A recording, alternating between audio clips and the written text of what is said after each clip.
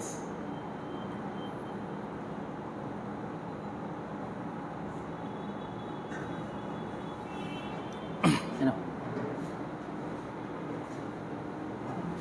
প্রিয় শিক্ষার্থীবৃন্দ, কেমন আছো তোমরা সবাই? আশা করি সবাই ভালো আছো।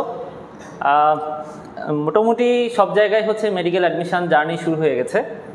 তো তোমাদের যাদের টার্গেট মেডিকেল তাদের কিন্তু অলরেডি যুদ্ধ শুরু হয়ে গেছে, ঠিক আছে? আগামী 4 মাস তোমাদের এর ভিতর দিয়ে যাইতে হবে এবং এই 4 মাসে যারা সব থেকে ভালো প্রিপারেশান নিবে তারাই কিন্তু শেষমেশ হাসি মানে তাদের মুখে হাসি ফুটবে।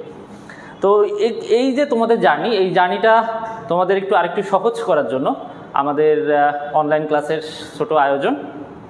তো আমাদের আজকের ক্লাস হচ্ছে শ্বসন ও শ্বাসক্রিয়া। তো আমরা এই চ্যাপ্টারটা প্রথম থেকে শেষ পর্যন্ত মেডিকেলে কিভাবে কোশ্চেন আসে, কোন প্যাটার্নে কোশ্চেন আসে, কি ভালো করে পড়তে হবে, এগুলো নিয়ে আমরা আজকে আলোচনা করব।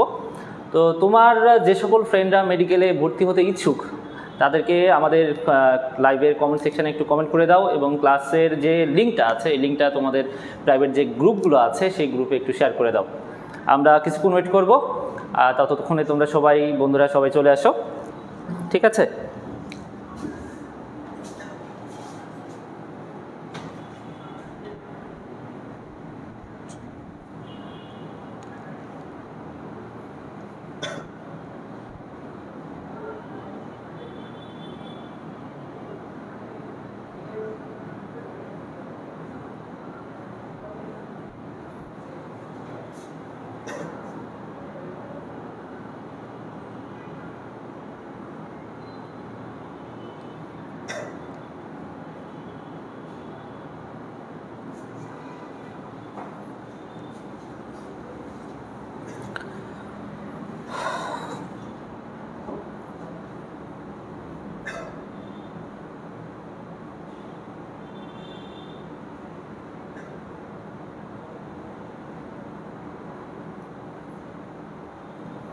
তোমরা যারা অলরেডি ক্লাসে চলে এসছো আমাকে একটু কমেন্ট করে জানাও যে আমার কথা শোনা যাচ্ছে কিনা বা আমাদের ভিডিওটা ঠিক আছে কিনা, সাউন্ড আর ভিডিও, অডিও আর ভিডিওটা ঠিক আছে কিনা আমাকে একটু কমেন্ট সেকশানে জানাও। আর আমাকে একটু বলো যে আমরা আজকে শ্বসন ও শ্বাসক্রিয়া পড়বো। আমার প্রথম যে কোশ্চেনটা সেটা হচ্ছে বেসিক কোশ্চেন, এটা মেডিকেলের সাথে কোনো সম্পর্ক নাই। বাট আমার তোমাদের কাছে প্রথম ইনিশিয়াল যে কোশ্চেনটা সেটা হচ্ছে যে আমাদের অক্সিজেনের কেন প্রয়োজন হয়, আমাদের অক্সিজেনের কেন প্রয়োজন হয় এটা যদি তোমরা একটু পারো আমাকে একটু কমেন্ট সেকশানে জানাও।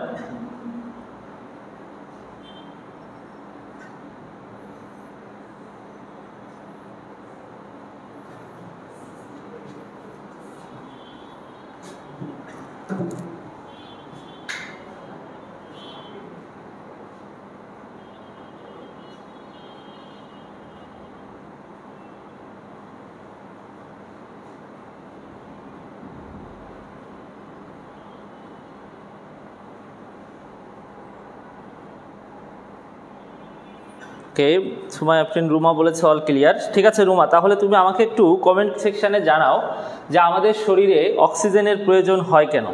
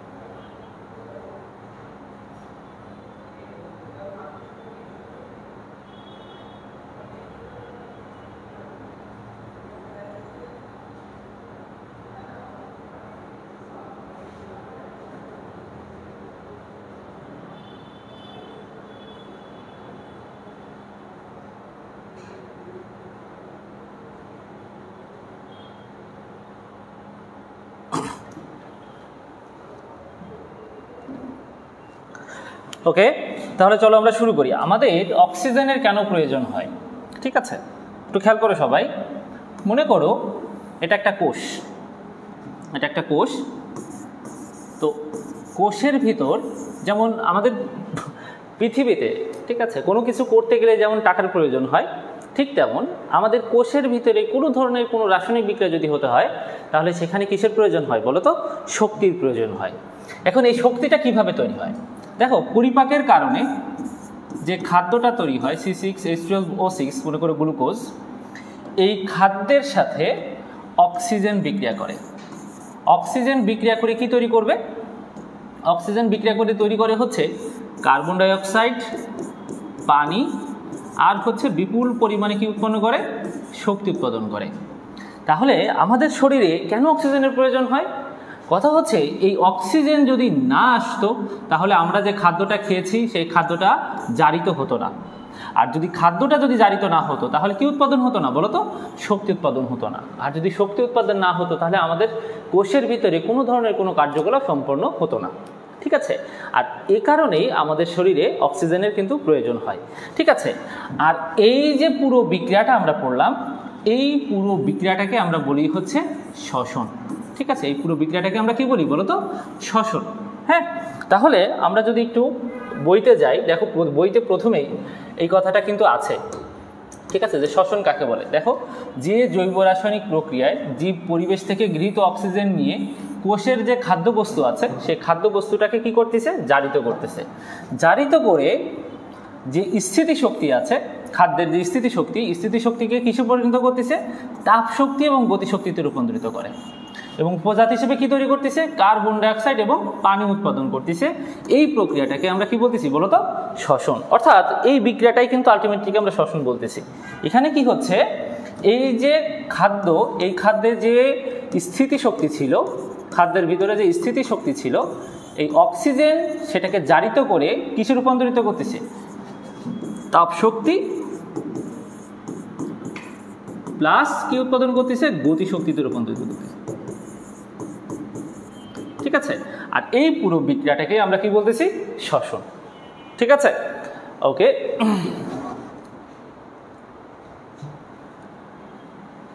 গুড। পরিতোষ দাস অ্যান্সার করেছে।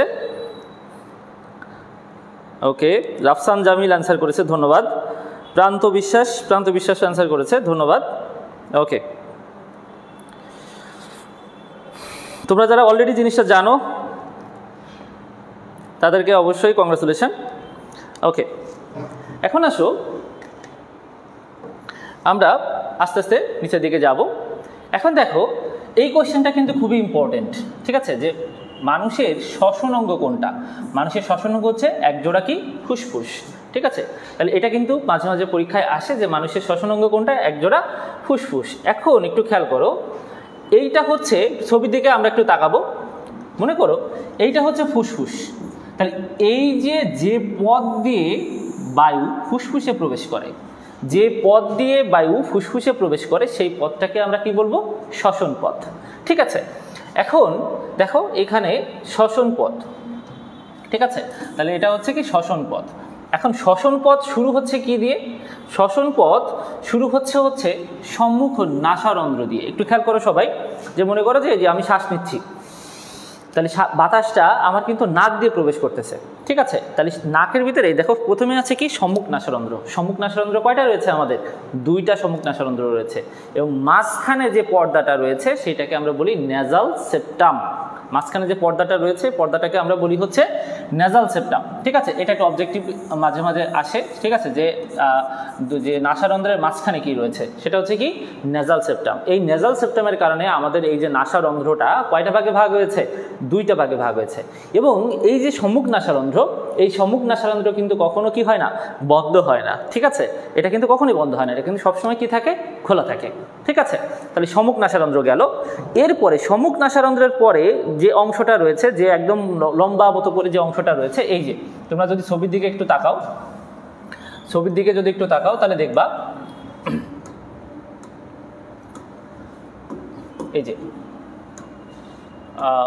এই কালার দিই, তাহলে দেখো এই যে পুরো অংশটা, এইটাকে তোমরা কি ছবিতে দেখতে পাচ্ছ কিনা আমাকে একটু কমেন্ট সেকশনে জানাও।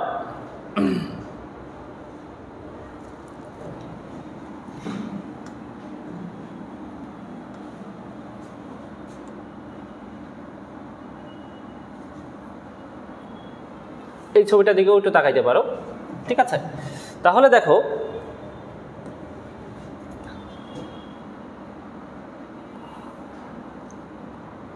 এই যে এটা হচ্ছে সম্মুখ নাসারন্ধ্র, আর এই যে পুরো অংশটা, এই পুরো অংশটাকে আমরা বলতেছি হচ্ছে নাসা গহ্বর। ঠিক আছে, এই অংশটাকে আমরা কি বলতেছি? নাসা গহ্বর। এখন এই নাসা গহ্বরের কি কাজ? দেখো, নাসা গহ্বরে দুইটা জিনিস থাকে। নাসা গহ্বরে দুইটা জিনিস থাকে। প্রথমে একটু লিখে রাখো, সেটা হচ্ছে মিউকাস ক্ষরণকারী, মিউকাস ক্ষরণকারী সিলিয়া যুক্ত কোষ, সিলিয়া যুক্ত কোষ। আরেকটা থাকে হচ্ছে অলফ্যাক্টরি কোষ।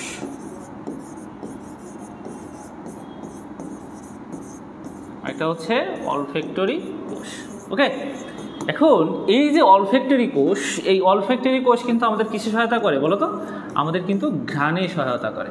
ঠিক আছে, আর মিউকাস ক্ষরণকারী যে কোষটা রয়েছে, এই মিউকাস ক্ষরণকারী কোষ কি করে? মিউকাস ক্ষরণ করে। ঠিক আছে, মিউকাস এক ধরনের রাসায়নিক পদার্থ। যখন ধুলাবালি যায় তখন এই মিউকাসটা কি করে? ধুলাবালিগুলোকে কি করে ফেলে বলো তো? আটকে ফেলে। আর সিলিয়া যুক্ত থাকে এই কোষে। সিলিয়ার কাজ কি? যখন ধুলাবালি যখন প্রবেশ করে, সিলিয়া এই ধুলাবালিগুলোকে বাইরের দিকে ঠেলে দেয়। ঠিক আছে, তাহলে নাসা গহ্বরের আমরা দুইটা অংশ দুইটা কোষ থাকে নাসা গহ্বরে। একটা হচ্ছে মিউকাস ক্ষরণকারী সিলিয়াযুক্ত কোষ, আর একটা হচ্ছে কি? অলফ্যাক্টরি কোষ। মনে থাকবে? ওকে, এরপরে আসো আমরা আবার ছবিতে একটু ফেরত যাই। দেখো, এই যে সম্মুখ নাসারন্ধ্রের পরে যে নাসা গহ্বর গেল, এরপরে দেখো নাসা গহ্বর পিছনে একটা জায়গায় যে মিলিত হয়েছে। পিছনে যে জায়গায় যে মিলিত হয়েছে এটাকে আমরা বলি হচ্ছে পশ্চাৎ নাসারন্ধ্র। এটাকে আমরা বলি পশ্চাৎ নাসারন্ধ্র। ঠিক আছে, পশ্চাৎ নাসারন্ধ্রের পরে দেখো এটা হচ্ছে কিন্তু মুখ। ঠিক আছে, আর এটা হচ্ছে গলা। তাহলে এই অংশটুকুকে আমরা বলবো হচ্ছে নাসা গলবিল, নাসা গলবিল। ঠিক আছে, তাহলে এই অংশটাকে আমরা বলবো হচ্ছে নাসা গলবিল। তাহলে এটা খেয়াল করো, তাহলে প্রথমে আমরা কি পড়লাম? বাতাস কোথায় আসলো? বাতাস প্রথমে আসলো হচ্ছে সম্মুখ নাসারন্ধ্র, তারপর হচ্ছে কি নাসা গহ্বর, তারপর হচ্ছে কি পশ্চাৎ নাসারন্ধ্র। পশ্চাৎ নাসারন্ধ্রের আরেকটা নাম আছে, এটা কিন্তু মেডিকেল কোশ্চেন। পশ্চাৎ নাসারন্ধ্রের একটা নাম হচ্ছে কোয়ানা। পশ্চাৎ নাসারন্ধ্রের আরেকটা নাম হচ্ছে কি? কোয়ানা। ঠিক আছে, পশ্চাৎ নাসারন্ধ্রের পরে গলার মতো যে মুখের যে অংশটা থাকতেছে, এই অংশটাকে আমরা কি বলতেছি? নাসা গলবিল। ওকে, গেল নাসা গলবিল পর্যন্ত আমরা কিন্তু পড়ে ফেললাম।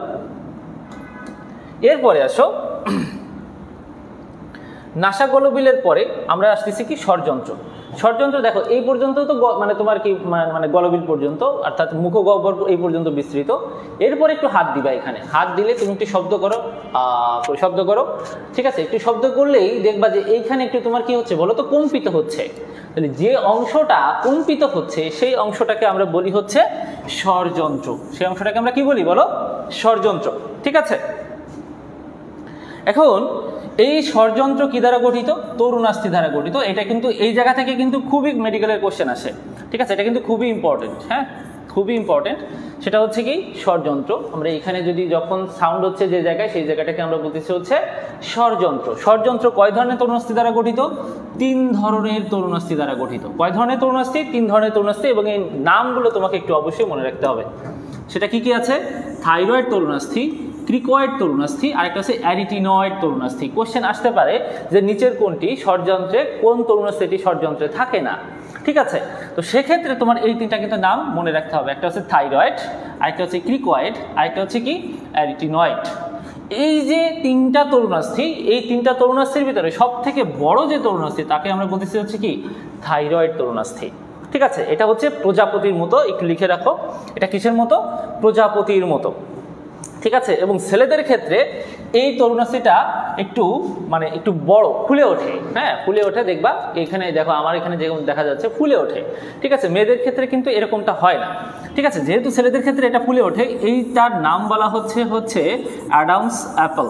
ঠিক আছে, এটা একটু জায়গায় রেখো, যেটাকে আমরা কি বলতেছি? Adams Apple. তাহলে একটু খেয়াল করো, তাহলে নাসা গলবিলের পরে যে অংশটা তরুণাস্থি দ্বারা গঠিত, সেই অংশটাকে আমরা বলতেছি হচ্ছে ষড়যন্ত্র। ষড়যন্ত্র কি দ্বারা গঠিত? তরুণাস্থি দ্বারা গঠিত। কয় ধরনের তরুণাস্থি দ্বারা গঠিত? 3 ধরনের তরুণাস্থি দ্বারা গঠিত। একটা হচ্ছে কি?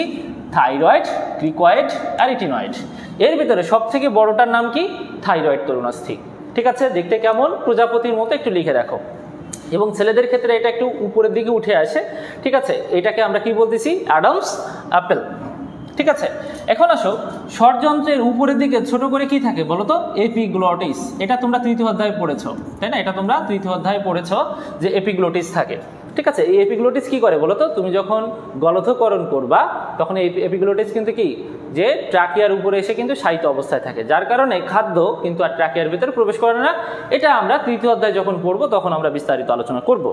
ওকে, আচ্ছা, এখন আসো, স্বরযন্ত্রে কিন্তু অনেক পেশি যুক্ত থাকে। ঠিক আছে, তো এইখানে এই পেশিগুলো নিয়ে 6টা কি থাকে বলো তো? ভোকাল কর্ড বা স্বররজ্জু থাকে। এটা খুবই ইম্পর্টেন্ট। ঠিক আছে, এটা একবার এরকমও কোশ্চেন আসছে যে ভোকাল কর্ড কোথায় থাকে। ঠিক আছে, ভোকাল কর্ড কোথায় থাকে? স্বরযন্ত্রে। ঠিক আছে, কয়টা? 6টা। ঠিক আছে, আচ্ছা, এখন এইখানে যে স্বরযন্ত্রের যে কাজটা, এই কাজে একটু টুইস্ট আছে। ঠিক আছে, দেখো, স্বরযন্ত্রের কাজ কি? স্বর সৃষ্টি করা। আর এই যে ভোকাল কর্ড বা স্বররজ্জু, এইটা যদি কম্পিত হয় তখন কি উৎপাদন হয় বলো তো? শব্দ উৎপাদন হয়। এটা একটু মাথায় রাখবা। তাহলে শব্দ উৎপাদন করে কে, এইটা যদি কোশ্চেন আসে এবং সেখানে যদি স্বরযন্ত্র এবং স্বররজ্জু থাকে, সেক্ষেত্রে আমাকে অ্যান্সার করতে হবে কোনটা বলো তো? স্বররজ্জু। কারণ স্বররজ্জু হচ্ছে সব থেকে মোস্ট অ্যাপ্রোপ্রিয়েট একটা অ্যান্সার। ঠিক আছে, আর যদি বলে যে স্বর তৈরি করে কে, সেটাকে আমরা বলবো হচ্ছে স্বরযন্ত্র। এখন দেখো যে স্বর আর শব্দের মধ্যে পার্থক্য কি। ঠিক আছে, দেখো, যে ছাগল বা গরু, এরাও কিন্তু শব্দ উৎপাদন করতে পারে। ঠিক আছে, কিন্তু এদের শব্দটা কিন্তু মিনিংফুল হয় না। যেমনটা আমি কথা বলতেছি, আমি কথা বললে তুমি বুঝতে পারতেছ, তাহলে এই যে মিনিংফুল যে শব্দটা, এটাকে আমরা বলি হচ্ছে স্বর। ঠিক আছে, আর শব্দ কি? নর্মাল একটা সাউন্ড, কম্পিত কোনো বস্তু থেকেই কি হচ্ছে বলো তো? সাউন্ড সৃষ্টি হচ্ছে। ওকে, তাহলে যদি কোশ্চেন আসে যে শব্দ সৃষ্টি করে কে, তাহলে আমার অ্যান্সার কোনটা খুঁজতে হবে? স্বররজ্জু। ঠিক আছে, যদি স্বররজ্জু না থাকে তাহলে সেক্ষেত্রে তুমি অ্যান্সার দিতে পারো স্বরযন্ত্র। আর যদি বলে স্বর সৃষ্টি করে কে, তাহলে আমরা সেটা বলবো হচ্ছে কি বলো তো? স্বরযন্ত্র। এই ব্যাপারটা তোমাদের কাছে ক্লিয়ার হয়েছে কিনা আমাকে একটু কমেন্ট সেকশনে জানাও, এটা ক্লিয়ার হয়েছে কিনা।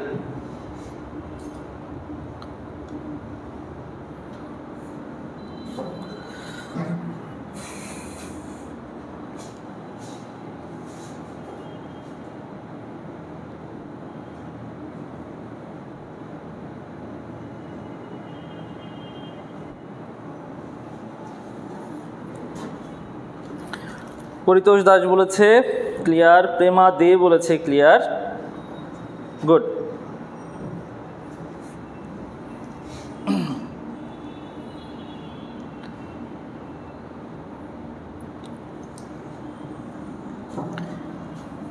তাহলে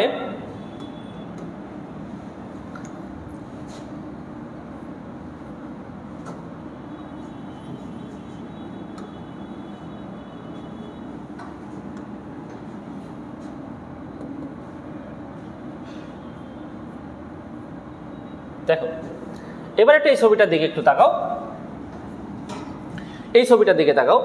এখন এইখানে আমরা যেটা দেখতে পাচ্ছি, দেখো, এই যে অংশটা, এই অংশটাকে কিন্তু আমরা কি বলেছি? এই অংশটাকে আমরা বলেছি স্বরযন্ত্র। স্বরযন্ত্র। এই স্বরযন্ত্র থেকে নিচের দিকে লম্বা নালিকাকার একটা অংশ বেড়ে গেছে, দেখছো? নিচে নেমে গেছে।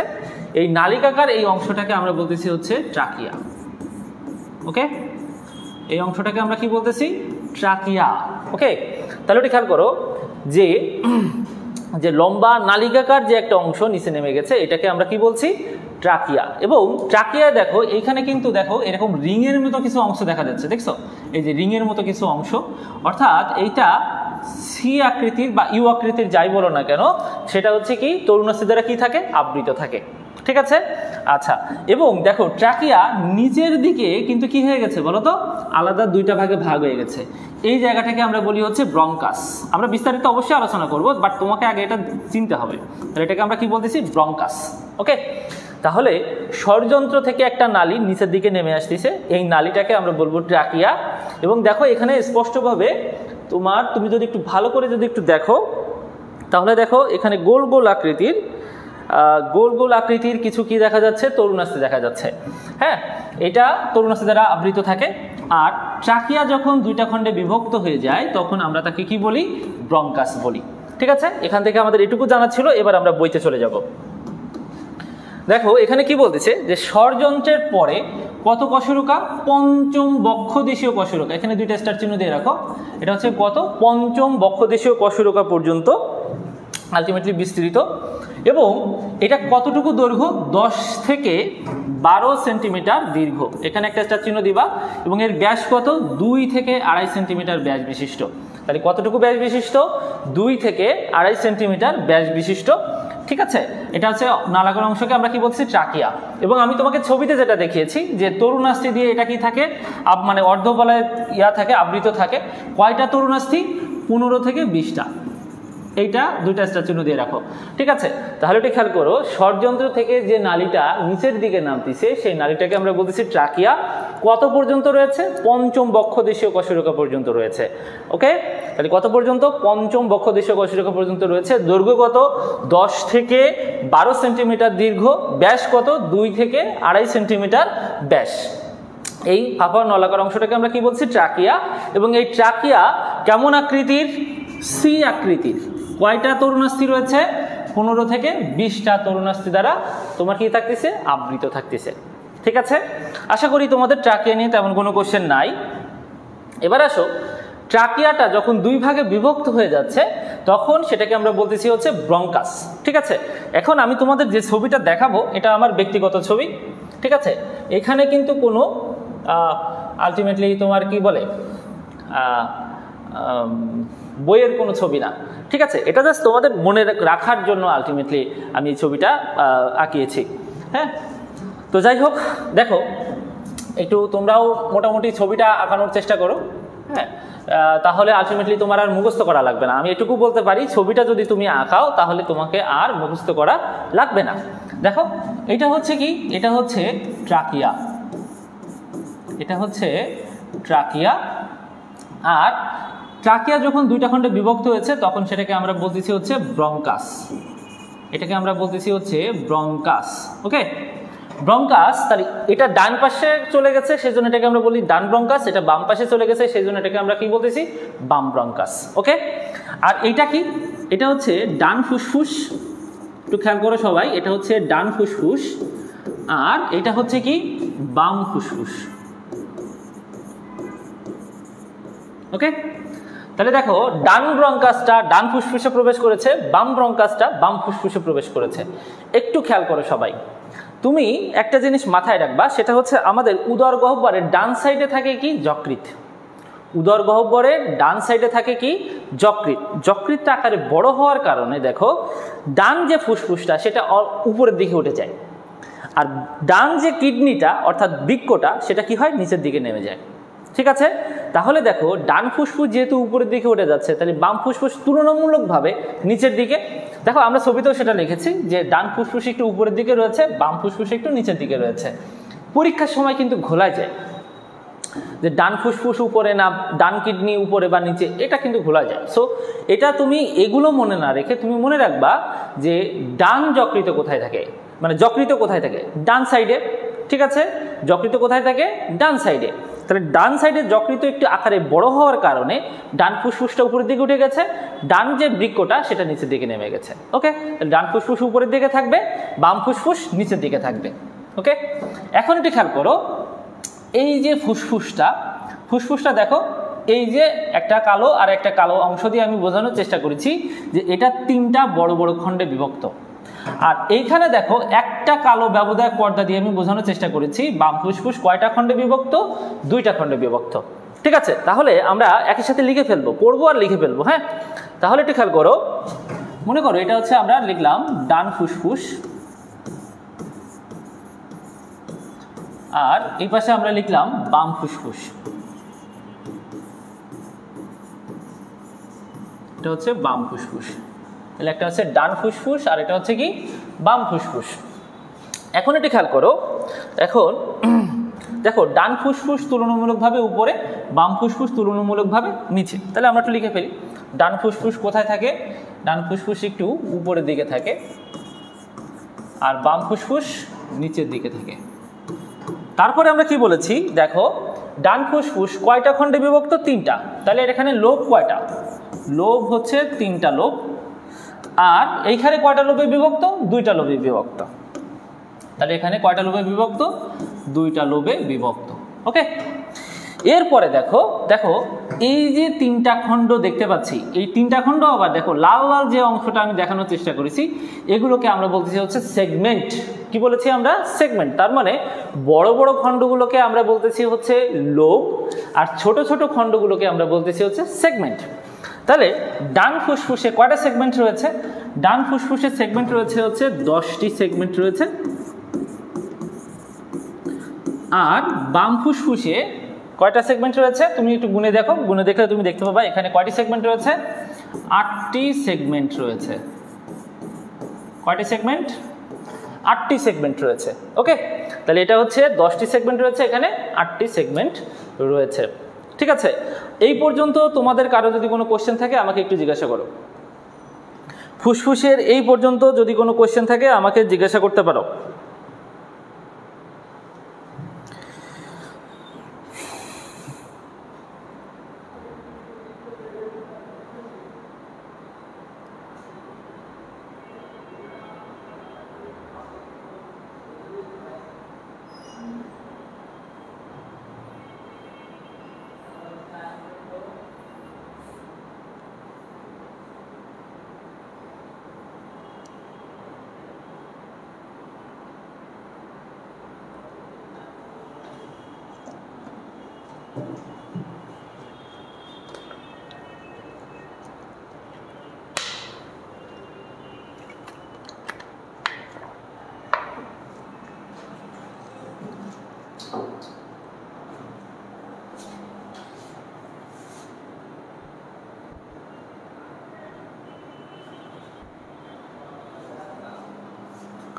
ওকে,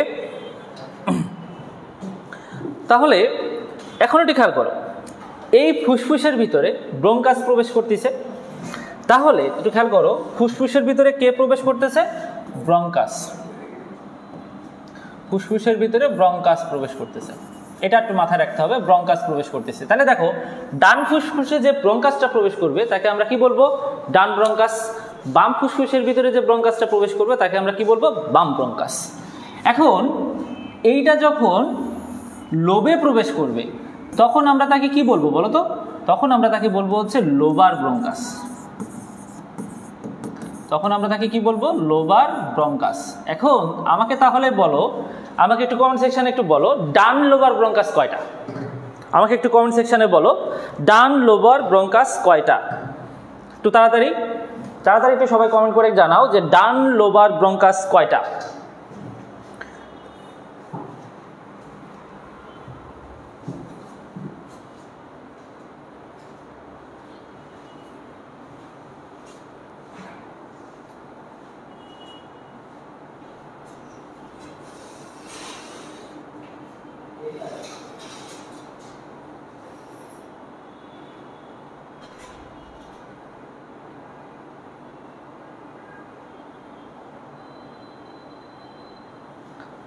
ওকে, তাহলে দেখো, তাহলে ডান লোবার ব্রঙ্কাস দেখো 3টা লোবে প্রবেশ করতেছে, সেই জন্য এটাকে আমরা কয়টা ব্রঙ্কাস রয়েছে?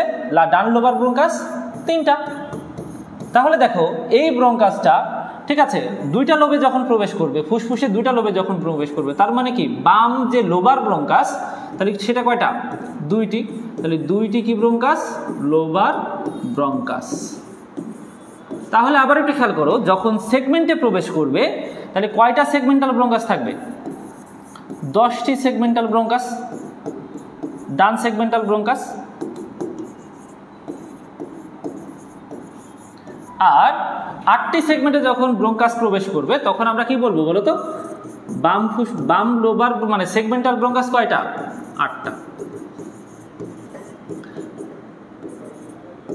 তাহলে দেখো এইভাবে ছবি দিয়ে পড়লে যে সুবিধাটা তোমার হলো, তোমার কিন্তু মুখস্থ করা লাগতেছে না।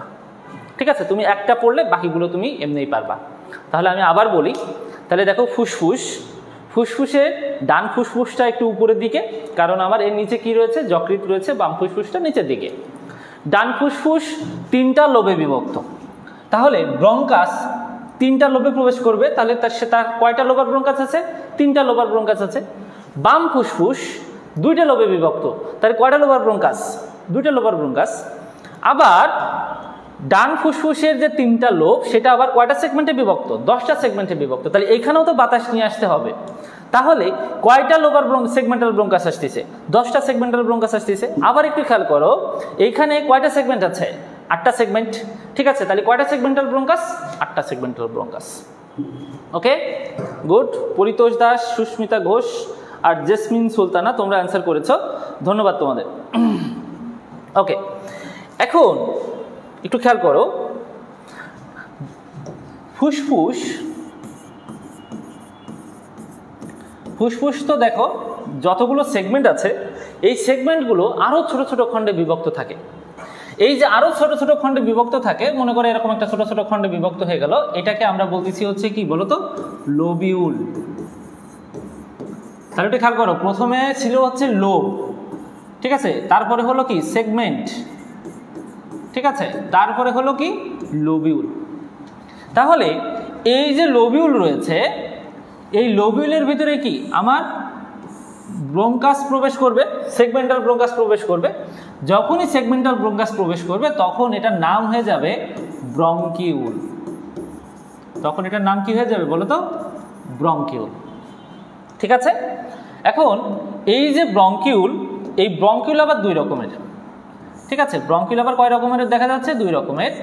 একদম প্রান্তের দিকে অর্থাৎ লোবিউলের প্রান্তের দিকে যে ব্রঙ্কিউলটা আছে সেটাকে আমরা বলতেছি প্রান্তীয় ব্রঙ্কিউল, প্রান্তীয় ব্রঙ্কিউল। আর ভেতরের দিকে যে অংশটা রয়েছে সেটাকে আমরা বলবো হচ্ছে শ্বসন ব্রঙ্কিউল। এটা একটু মাথায় রাখবো আমরা। এই শ্বসন ব্রঙ্কিউল আবার কতগুলো খণ্ডে বিভক্ত হয়? মনে করে একটা খণ্ডে বিভক্ত হয়েছে, এরকম কতগুলো খণ্ডে বিভক্ত হয়। যখন এটা আবার বিভক্ত হচ্ছে তখন এটাকে আমরা বলবো অ্যালভিওলার নালী। এটাকে আমরা বলবো অ্যালভিওলার নালী। এই অ্যালভিওলার নালী একটা থলি দিয়ে যে উন্মুক্ত হয়, এই থলিটাকে আমরা বলবো হচ্ছে অ্যালভিওলার থলি। অ্যালভিওলার থলি। আর এই অ্যালভিওলার থলির ভিতরে কিছু বেলুনের মতো এরকম কিছু অংশ থাকে, এরকম বেলুনের মতো কিছু অংশ থাকে, এইটাকে আমরা বলবো হচ্ছে অ্যালভিওলাস। ঠিক আছে, তাহলে এই হচ্ছে আমার টোটাল ফুসফুসের গঠন। ওকে, আচ্ছা, এখন দেখো একটু খেয়াল করো সবাই, আমরা দেখতে পাচ্ছি ফুসফুসের চারপাশে যে আবরণটা রয়েছে এই আবরণটাকে আমরা বলতেছি হচ্ছে কি বলতো? প্লুরা। ফুসফুসের চারপাশে যে আবরণ রয়েছে আবরণটাকে আমরা বলতেছি হচ্ছে প্লুরা।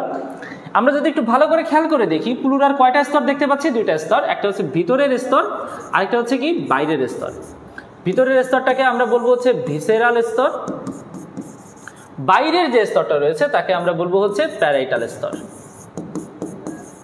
এটাকে আমরা বলবো হচ্ছে প্যারাইটাল স্তর। ওকে, আর ভিসেরাল স্তর আর প্যারাইটাল স্তরের মাঝখানে যে তরল পদার্থ রয়েছে এই তরল পদার্থকে আমরা বলবো হচ্ছে প্লিউরাল রস। এটাকে আমরা বলবো হচ্ছে কি বলো? প্লিউরাল রস। মনে থাকবে? ওকে, এইবার একটু খেয়াল করো, আমরা একটা জিনিস পড়বো। দেখো, ফুসফুসের যে অংশ দিয়ে ব্রঙ্কাস প্রবেশ করতেছে এই অংশটাকে আমরা বলি হচ্ছে হাইলাম। ওকে, এই অংশটাকে আমরা কি বলবো? হাইলাম। এই হাইলাম দিয়ে দেখো ধমনী প্রবেশ করতেছে। ভালো করে খেয়াল করো, কি প্রবেশ করতেছে? ধমনী। কি বের হয়ে যাচ্ছে? এটা হচ্ছে শিরা, আর এটা হচ্ছে আমরা কি বলতেছি? লসিকা নালী। লসিকা নালী। তাহলে শিরা আর লসিকা নালী, ঠিক আছে, শিরা আর লসিকা নালী।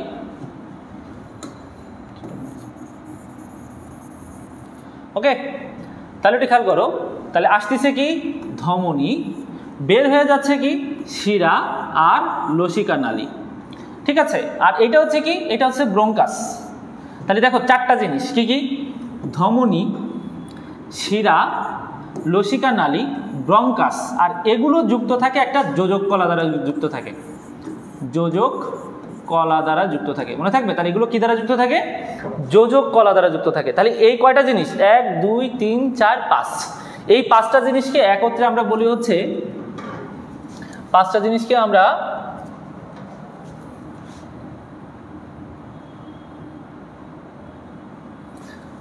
একত্রে বলি হচ্ছে পালমোনারি রুট। পালমোনারি রুট, ঠিক আছে। এটাকে আমরা 5টা জিনিসকে আমরা একত্রে কি বলি? Pulmonary route. তাহলে কিন্তু মাঝে মাঝে কোশ্চেন আসে যে পালমোনারি রুটের অংশ 9 কোনটি? তাহলে একটু খেয়াল করো, ফুসফুসের ভিতরে প্রবেশ করতেছে কি? ধমনী, বের হয়ে যাচ্ছে শিরা আর লসিকা নালী, আর ব্রঙ্কাস তো প্রথমের থেকেই প্রবেশ করে বসে আছে, আর এইগুলো যুক্ত থাকে হচ্ছে কি? যোজক কলা দিয়ে। তাহলে ধমনী, শিরা, লসিকা নালী আর যোজক কলা, এই 5টা জিনিসকে আমরা একত্রে বলবো হচ্ছে পালমোনারি রুট, ঠিক আছে। তাহলে এই হচ্ছে আমাদের শ্বসনতন্ত্রের গঠন। এই শ্বসনতন্ত্রের গঠনে তোমাদের যদি কারো কোনো কোশ্চেন থাকে, দেখো আমরা কিন্তু ছবি দিয়ে আমরা কিন্তু কত কিছু পড়ে ফেলেছি। আমরা এখন বইতে যাব, দেখো এইখানে মোটামুটি যা আছে সব কিছুই আমরা কিন্তু পড়ে ফেলেছি। আমাদের এখানে আমরা দাগানোর পিডিএফ আমরা গতকাল আমি গ্রুপে দিয়ে দিয়েছি, তোমরা পিডিএফ থেকে দাগাই নেবা, ঠিক আছে। এখানে সব কিছু কিন্তু আমরা পড়ে ফেলেছি। হ্যাঁ, এখন আসো এইখানে আসো ফুসফুসের কাজ। ফুসফুসের কাজে আমরা 1 নাম্বারটা পড়ে ফেলবো, 6 নাম্বারটা পড়ে ফেলবো আর 7 নাম্বারটা পড়ে ফেলবো, অর্থাৎ 1 6 7, ঠিক আছে। তাহলে টোটাল আমরা যে ফুসফুসটা পড়লাম, এইখানে তোমাদের যদি কারো কোনো কোশ্চেন থাকে আমাকে এই করতে পারো।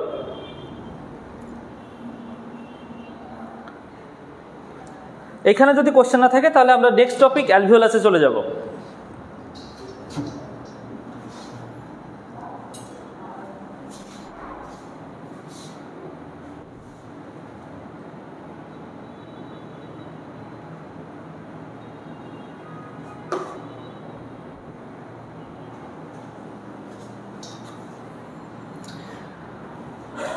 কারো যদি কোনো কোশ্চেন থাকে আমাকে করতে পারো, আর যদি কোনো কোশ্চেন না থাকে আমাকে কমেন্ট সেকশনে একটু লিখে জানাও যে স্যার আমি বুঝতে পেরেছি বা ক্লিয়ার।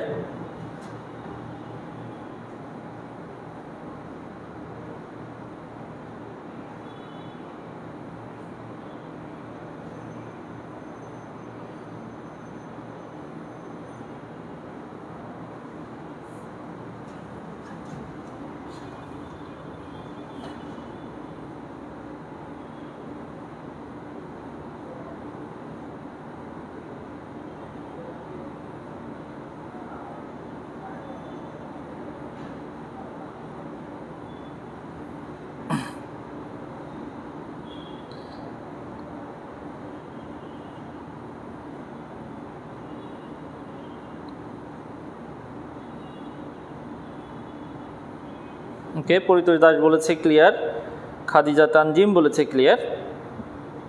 ওকে,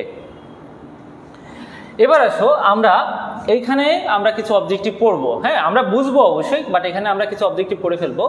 অ্যালভিওলাস হচ্ছে ফুসফুসের গঠন ও কাজের একক, ঠিক আছে। এইখানে কিন্তু একটা জায়গায় আগের বইতে দেওয়া ছিল ব্রঙ্কিওল। হ্যাঁ, তো আলটিমেটলি এটা নিয়ে কোনো কনফিউশন হওয়া যাবে না। যদি বলে ফুসফুসের গঠন ও কাজের একক কি, তাহলে আমাকে অ্যান্সার করতে হবে কি বলো তো? অ্যালভিওলাস। ওকে, এখন এইখানে এগুলো তোমরা একটু মুখস্থ করতে পারো যে নবজাতক শিশুতে কতগুলো অ্যালভিওলাস থাকে, ঠিক আছে। 8 বছরের শিশুতে কত থাকে, পূর্ণবয়স্ক মানুষের কতগুলো থাকে, এগুলো তোমরা একটু মুখস্থ করতে পারো। এটা না করলেও যে খুব একটা সমস্যা হবে তা না, বাট এইটা একটু মাথায় রাখতে হবে যে কতটুকু শ্বসনতল সৃষ্টি করে। 11,800 বর্গ সেন্টিমিটার সেটা শ্বসনতল, এটা কি করে? তল সৃষ্টি করে, এটা একটু মাথায় রাখবা। এরপরে আসো আমরা ফুসফুস অ্যালভিওলাসের একটা ছবি আমরা তোমাদের জন্য করেছি, দেখো এই যে এটা হচ্ছে অ্যালভিওলাস, ঠিক আছে।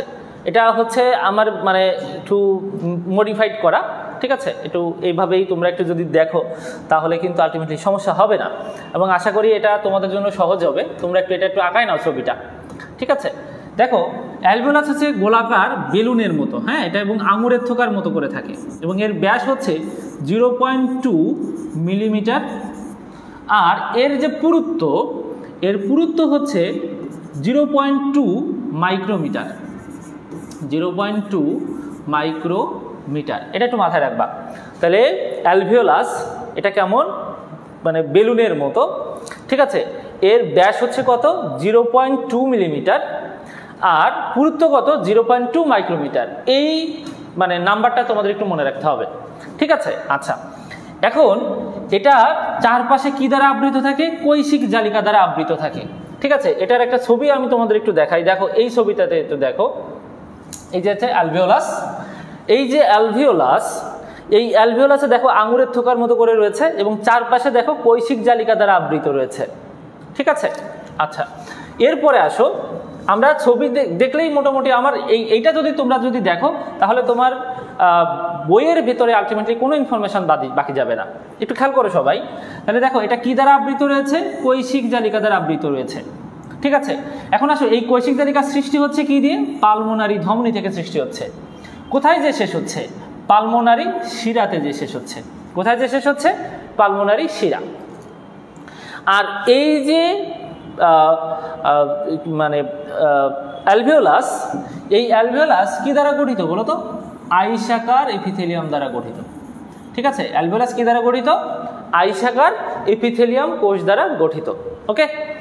এখন আসো, এই যে অ্যালভিওলাস, এর ভিতরে দেখো, এই যে এর ভিতরে দেখো কিছু শ্বেত রক্তকণিকা থাকে, যেটাকে আমরা বলতেছি অ্যালভিওলার ম্যাক্রোফেজ। যেটাকে আমরা কি বলতেছি বলো, অ্যালভিওলার ম্যাক্রোফেজ। ম্যাক্রোফেজের কাজ কি, জীবাণু ভক্ষণ করা। সো যদি বাতাস থেকে যদি কোনো জীবাণু আসে তাহলে এই অ্যালভিওলার ম্যাক্রোফেজের কাজ হচ্ছে কি, সেই জীবাণুগুলোকে কি করা, ভক্ষণ করা, ওকে। তারপরে আসো, এই যে অ্যালভিওলাসের গায়ে কোলাজেন এবং স্থিতিস্থাপক তন্তু থাকে। তাহলে অ্যালভিওলাসের যে স্তর, এর ভিতরে কি থাকে, কোলাজেন এবং স্থিতিস্থাপক তন্তু।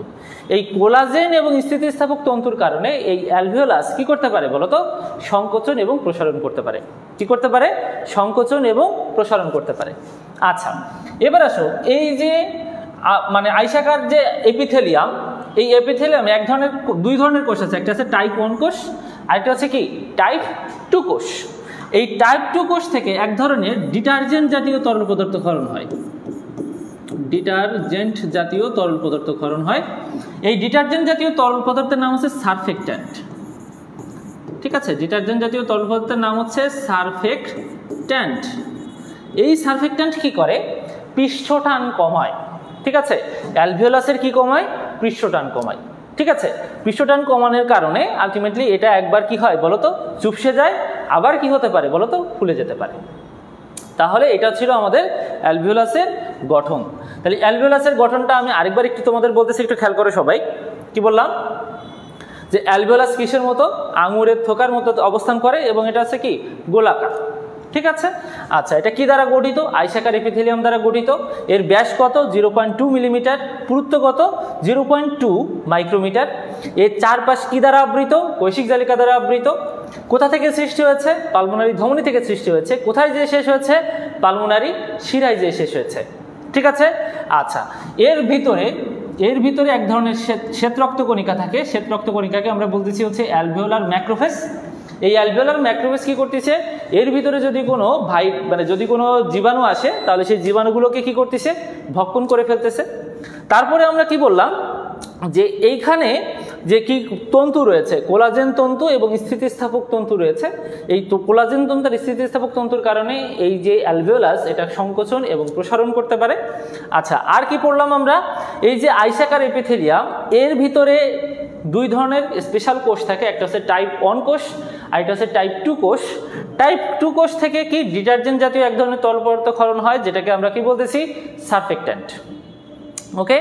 এই সারফেক্ট্যান্ট কি করতেছে, পৃষ্ঠটান কমাচ্ছে, যার কারণে এটা কি করতে পারে বলতো, ফুলে যেতে পারে, আবার চুপসে যেতে পারে, আবার কি হতে পারে, ফুলে যেতে পারে, ঠিক আছে।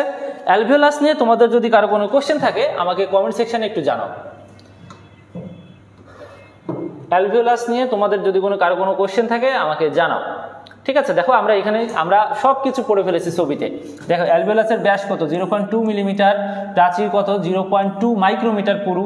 এটা পালমোনারি ধমনী থেকে সৃষ্টি হচ্ছে। তারপরে কোথায় যে শেষ হচ্ছে, পালমোনারি শিরায় যে শেষ হচ্ছে। এটা কি দ্বারা গঠিত, স্কোমাস এপিথেলিয়াম বা আইসাকার এপিথেলিয়াম দ্বারা গঠিত। তারপরে দেখো ফ্যাগোসাইটিক যে অ্যালভিওলার কি থাকে, ম্যাক্রোফেজ থাকে, ঠিক আছে। এরা দেখো বাইরে থেকে যে অণুজীব আসে সেই অণুজীবগুলোকে কি করে ফেলে, ধ্বংস করে ফেলে। নেক্সট আমি যেটা দাগাই দিয়েছি দেখো, স্থিতিস্থাপক এবং কোলাজেন তন্তু থাকে। হ্যাঁ, স্থিতিস্থাপক এবং কোলাজেন তন্তু থাকার কারণে এরা সহজেই কি করতে পারে বলো তো, সংকোচন প্রসারণ করতে পারে, সহজেই প্রসারিত হতে পারে। তারপরে আমরা বলেছি যে এই যে অ্যালভিওলাসের প্রাচীরে যে আবরণী যে কোষ রয়েছে সেখানে কয় ধরনের কোষ, 2 ধরনের, টাইপ 1 টাইপ 2, ঠিক আছে। এগুলো কিন্তু সব পড়ে ফেলছি আমরা। টাইপ 2 থেকে সারফেক্ট্যান্ট ক্ষরণ হচ্ছে। সারফেক্ট্যান্ট একটা কি জাতীয় পদার্থ, ডিটারজেন্ট জাতীয় পদার্থ, এখানে সব কিন্তু আমরা পড়ে ফেলেছি, ঠিক আছে। এরা কি করে, পৃষ্ঠটান কি করে, হ্রাস করে। হ্রাস করলে কি হয়, এটা চুপসে যাওয়া থেকে রক্ষা করে, ঠিক আছে। এখন আসো এটা কবে থেকে ক্ষরিত হয়, এটা ভ্রূণের যখন কত সপ্তাহ, 23 সপ্তাহ, তখন থেকে এটা ক্ষরিত হচ্ছে, ঠিক আছে। এবং 24 সপ্তাহ হওয়ার কারণে মানে 24 সপ্তাহ পর থেকে মোটামুটি মানব ভ্রূণকে কি করা হয়, স্বাধীন হিসেবে গণ্য করা হয়, ঠিক আছে। তাহলে তুমি যদি ছবিটা যদি ভালো করে দেখো তাহলে কিন্তু আলটিমেটলি আর কোনো এইখানে কোনো অবজেক্টিভে তোমার কিন্তু আটকাইতে পারবে না। ওকে, আচ্ছা। এখন আসো শ্বাসপেশি। আমরা যে শ্বাস প্রশ্বাস নিচ্ছি এখানে 2টা পেশি আমাদের কাজে দেয়। সেই 2টা পেশি কি, একটা হচ্ছে ডায়াফ্রাম পেশি আর একটা হচ্ছে ইন্টারকোস্টাল পেশি। এই 2টা কিন্তু ম্যাট কোশ্চেন, ঠিক আছে। যেরকম আসে শ্বাস প্রশ্বাসের পেশি কোনটা, ঠিক আছে। শ্বাস প্রশ্বাসের পেশি কোনটা, সেটা হচ্ছে একটা হচ্ছে ডায়াফ্রাম পেশি আর একটা হচ্ছে কি ইন্টারকোস্টাল পেশি। এই 2টা পেশি খুবই ইম্পর্টেন্ট, পরীক্ষার সময় কিন্তু আসতে পারে, যেটা একটু মাথায় রাখবা, ঠিক আছে। আচ্ছা,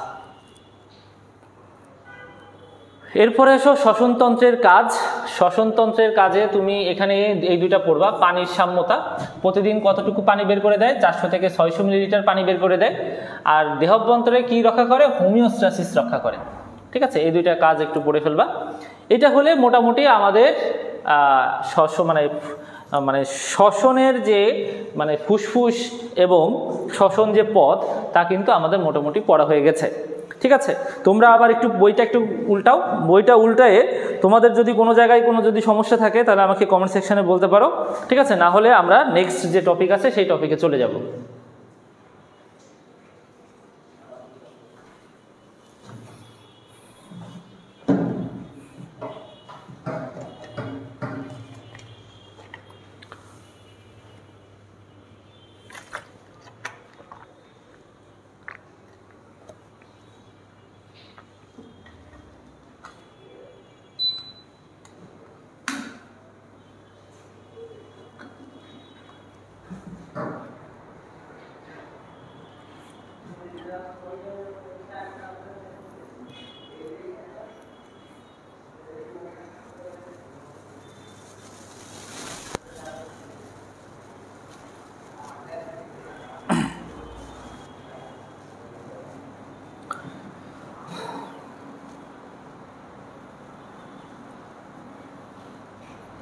এখান থেকে আলটিমেটলি আমাদের মেডিকেলের জন্য ওইভাবে তেমন কোনো কোশ্চেন আসে না, সো আমরা এটা স্কিপ করে যাব।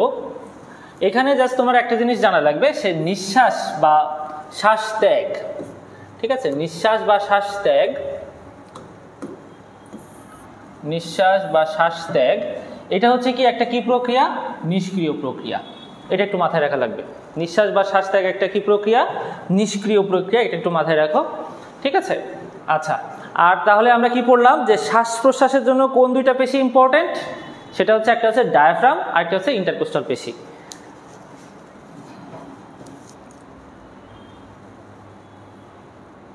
আচ্ছা, এখান থেকে এই টপিকটা আমাদের একটু লাগবে, সেটা হচ্ছে কি যে শ্বসন একটি কি প্রক্রিয়া, ছন্দময় প্রক্রিয়া, ঠিক আছে।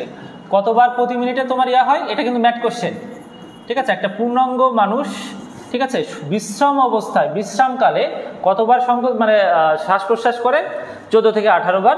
আর নবজাতক কতবার, 40 বার। এটা একটু 2টা স্টার চিহ্ন দিয়ে রাখো, এটা কিন্তু আমাদের লাগবে।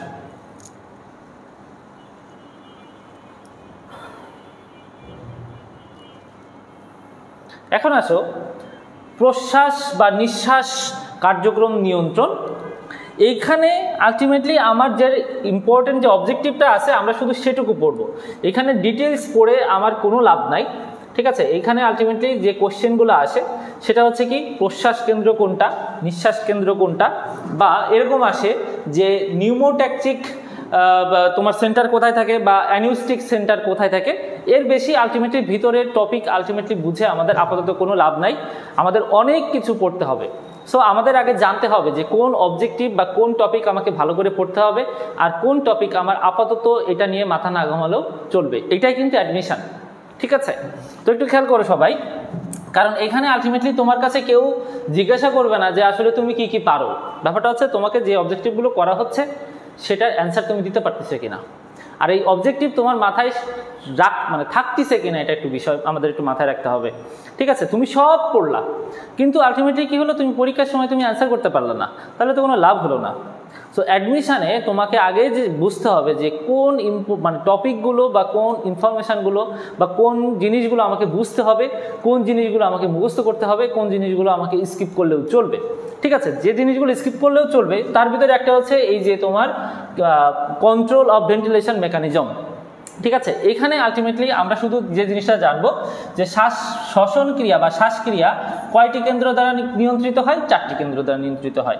তার ভিতরে 2টা থাকে পন্সে আর 2টা থাকে কোথায়, মিডুল অবলঙ্গটায়, ঠিক আছে? আমরা কিন্তু ব্রেইনের ক্লাসটা আমরা কিন্তু যখন নিয়েছিলাম তখন এই ব্যাপারে বিস্তারিত আলোচনা করেছিলাম, ঠিক আছে? এখন পন্সে 2 পাশে থাকে হচ্ছে পার্শ্বদেশে থাকে কয় জোড়া, 1 জোড়া, আর মেডুলার সামনে একটা থাকে আর পশ্চাতে একটা থাকে, ঠিক আছে? এই হচ্ছে টোটাল 4টা। তাহলে শ্বাসকেন্দ্র টোটাল কয়টা, 4টা। তার ভিতরে কি বলতেছে, পন্সের পাশে থাকে 2টা আর মিডল অবলঙ্গটার সামনে একটা থাকে, পশ্চাতে একটা থাকে। এখন দেখো মেডুলার, একটু খেয়াল করো, আগে নিচের থেকে একটু পড়ি। মেডুলার সামনে এবং পিছনে তোমার কি রয়েছে, প্রশ্বাস কেন্দ্র আর নিঃশ্বাস কেন্দ্র, এইটুকু আমাদের জানতে হবে। আর পন্সের পাশে কি রয়েছে, একটা হচ্ছে নিউমোট্যাক্সিক সেন্টার, আরেকটা রয়েছে অ্যানিউস্টিক সেন্টার, ঠিক আছে? তাহলে একটা হচ্ছে নিউমোট্যাক্সিক আর হচ্ছে অ্যানিউস্টিক, এটা কোথায় থাকে, এটা থাকে হচ্ছে পন্সে। আর শ্বাসকেন্দ্র বা প্রশ্বাস কেন্দ্র আর নিঃশ্বাস কেন্দ্র কোথায় রয়েছে, মিডল অবলঙ্গটায়। মিডল অবলঙ্গটার সামনের দিকে প্রশ্বাস কেন্দ্র, পিছনের দিকে কি, নিঃশ্বাস কেন্দ্র রয়েছে। জাস্ট এইটুকু জানলে আমাদের আপাতত এখান থেকে আমাদের আর কিচ্ছু জানা লাগবে না, ঠিক আছে? এখান থেকে এর ভিতর থেকে আসলে কোশ্চেন স্যাররা ওইভাবে দেয় না, ঠিক আছে? এখন আসো, এইখানে কিছু টপিক আছে যেটা আমাদের একটু মুখস্থ করতে হবে, ঠিক আছে? সেটা কি, সেটা হচ্ছে যে এই যে শ্বসন ক্রিয়াটা কি ছন্দ নিয়ন্ত্রিত হয়, ঠিক আছে? এই যে ছন্দটা নিয়ন্ত্রিত হয় এটা কোন প্রক্রিয়ার মাধ্যমে, সেটা হচ্ছে হেরিং ব্রায়ার প্রতিবর্ত ক্রিয়া। এটা একটু আমাদের মাথায় রাখা লাগবে যে হেরিং ব্রায়ার প্রতিবর্ত ক্রিয়া, এটার উপরে এটা একটু আমাদের মাথায় রাখা লাগবে। এখন আসো, যে হাসি হয় কোন স্নায়ু বেশি উত্তেজিত হওয়ার কারণে, অলফ্যাক্টরি স্নায়ু উত্তেজিত হওয়ার কারণে, এটাও আমাদের একটু মুখস্থ করতে হবে, ঠিক আছে? তারপরে আসো, কাশি হয় কোন স্নায়ুর কারণে বেশি উত্তেজিত হওয়ার কারণে, ভেগাস। আর গ্যাগ রিফ্লেক্স, ঠিক আছে? গ্যাগ রিফ্লেক্স হয় অর্থাৎ ওই যে বমি বমি ভাব, মানে বমি হচ্ছে এরকম একটা যে ব্যাপারটা, মানে আমাদের গ্রামে বলে ওকটান আর কি,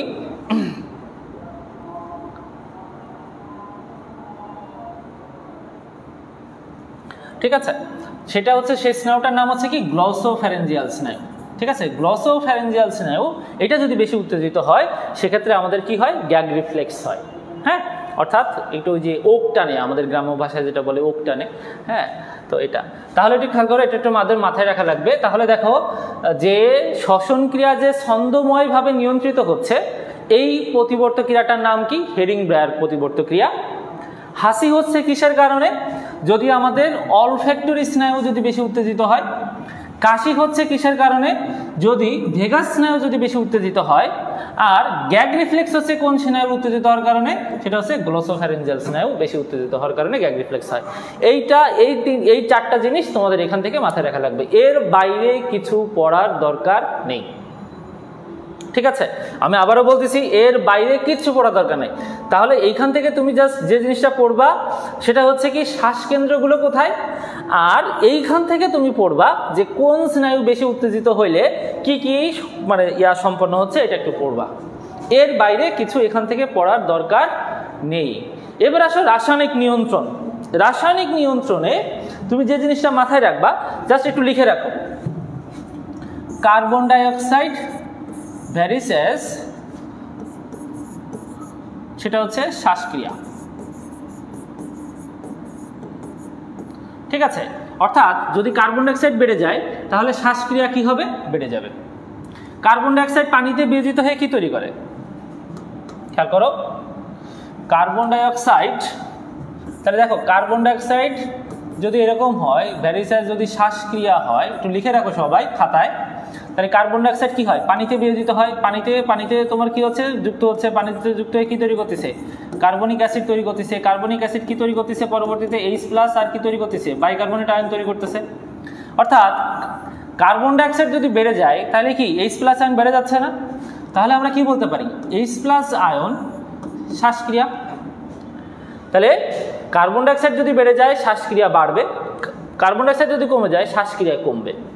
H+ আয়ন যদি বেড়ে যায় শ্বাসক্রিয়া বাড়বে, H+ আয়ন যদি কমে যায় শ্বাসক্রিয়া কমবে।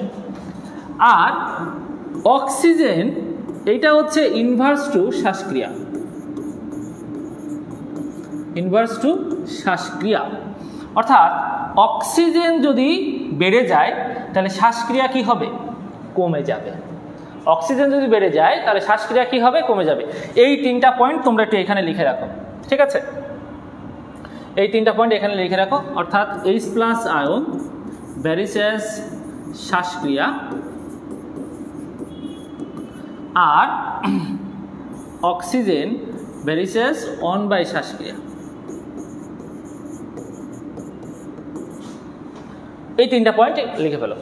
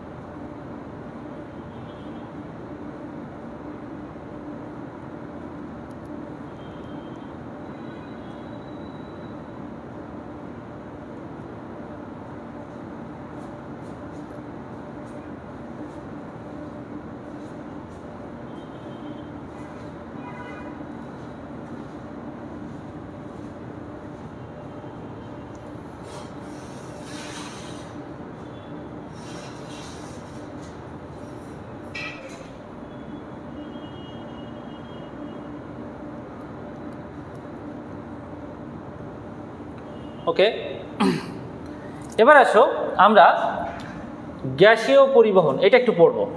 তাহলে দেখো গ্যাসীয় পরিবহন হচ্ছে একটা দুইটা, একটা হচ্ছে অক্সিজেন পরিবহন, আরেকটা হচ্ছে কি পরিবহন? কার্বন ডাইঅক্সাইড পরিবহন। তো একটু খেয়াল করো, মনে করো এটা হচ্ছে অ্যালভিওলাস আর এটা হচ্ছে সেই কৈশিক জালিকা। তো আমরা যখন শ্বাস নেই তখন এইখানে, এখন এটা চেঞ্জ হয়েছে এখানে, একটু দাঁড়াও, এখানে 104। ওকে, তাহলে অ্যালভিওলাসে অক্সিজেনের চাপ থাকে 104 মিলিমিটার মার্কারি, আর কৈশিক জালিকায় থাকে 40 মিলিমিটার মার্কারি। ঠিক আছে, তাহলে দেখো অক্সিজেনের চাপের একটা কি রয়েছে? তারতম্য রয়েছে, যার কারণে ব্যাপন প্রক্রিয়ায় অক্সিজেন কোথা থেকে কোথায় আসবে? অ্যালভিওলাস থেকে কোথায় আসবে বলো তো? কৈশিক জালিকায় আসবে। কতক্ষণ পর্যন্ত আসবে? যতক্ষণ পর্যন্ত এই দুই জায়গায় প্রায় সমান না হয়। তাহলে দেখা যায় মোটামুটি 100 মিলিমিটার মার্কারি যদি অক্সিজেনের পারদচাপ যদি হয়, তখন সেটা এই কৈশিক জালিকা থেকে এটা আলটিমেটলি কোথায় চলে আসে? এটা আমাদের রক্তে চলে আসে। এখন এই রক্তে যে পরিবাহিত হচ্ছে দুইটা পদ্ধতিতে পরিবাহিত হবে। একটা হচ্ছে কি ভৌত প্রক্রিয়ায়, আরেকটা হচ্ছে রাসায়নিক প্রক্রিয়া। একটা হচ্ছে ভৌত প্রক্রিয়া, একটা হচ্ছে রাসায়নিক প্রক্রিয়া। এইখানে দুটো অবজেক্টিভ কিন্তু খুবই ক্রিটিক্যাল অবজেক্টিভ। একটু খেয়াল করো, অক্সিজেনের ভৌত অবস্থা কি? গ্যাসীয়, তাহলে এই গ্যাসীয় পদ্ধতিতে সে পরিবাহিত হবে। এখন কতটুকু পরিবাহিত হবে? প্রতি 100 ml 0.2 থেকে 0.3, 0.2 থেকে 0.3 ml পরিবাহিত হবে। আর রাসায়নিক যে প্রক্রিয়া সেটা কি হচ্ছে দেখো, অক্সিজেন যে লোহিত রক্তকণিকায় কি ছিল, হিমোগ্লোবিন, হিমোগ্লোবিনের সাথে যুক্ত হয়, হিমোগ্লোবিনের সাথে যুক্ত হয়ে কি তৈরি করবে, অক্সি হিমোগ্লোবিন তৈরি করবে। ঠিক আছে, এটা কেমন? এটা হচ্ছে অস্থায়ী একটা যৌগ। এখন দেখো এইটা কিন্তু তোমরা মোটামুটি সবাই পারবা, কিন্তু যদি স্যার আরেকটু ভেতরের দিকে প্রবেশ করে, সেটা হচ্ছে দেখো, এটা হচ্ছে অস্থায়ী যৌগ। এটা হচ্ছে কি যৌগ? অস্থায়ী যৌগ। এখন কথা হচ্ছে তাহলে এক সময় সে কি হিমোগ্লোবিন অক্সিজেনের সাথে যুক্ত হবে, আরেক সময় সে কি করবে, হিমোগ্লোবিন অক্সিজেনকে কি করে দিবে বলো তো, ছেড়ে দিবে। তাহলে কখন ধরবে আর কখন ছেড়ে দিবে এটা একটু মাথায় রাখতে হবে। তাহলে এটা খেয়াল করো সবাই, যখন অক্সিজেনের পরিমাণ যখন বেশি, অক্সিজেনের পরিমাণ যখন বেশি, তখন সে কি করতেছে, হিমোগ্লোবিন অক্সিজেনের সাথে কি হচ্ছে, যুক্ত হচ্ছে। ঠিক আছে, এখন আসো পরিমাণ বেশি মানে কি, অক্সিজেনের কি বেশি বলো তো, চাপ বেশি। তাহলে অক্সিজেনের যেখানে চাপ বেশি সেখানে সে কি হচ্ছে, হিমোগ্লোবিন অক্সিজেনের সাথে কি হচ্ছে, যুক্ত হচ্ছে। তাহলে ঠিক বিপরীতটা আমরা পড়ে ফেলতে পারবো। বিপরীতটা কি? বিপরীতটা হচ্ছে অক্সিজেনের পরিমাণ যেখানে কম, পরিমাণ যেখানে কম সেখানে কি হচ্ছে, হিমোগ্লোবিন অক্সিজেনকে কি করে দিচ্ছে, ছেড়ে দিচ্ছে। এখন পরিমাণ মানে হচ্ছে যেখানে পরিমাণ কম সেখানে কি চাপও কম। তাহলে অক্সিজেনের চাপ যেখানে কম সেখানে কি হিমোগ্লোবিন কি করতেছে বলো তো, অক্সিজেনকে কি করতেছে, ছেড়ে দিচ্ছে।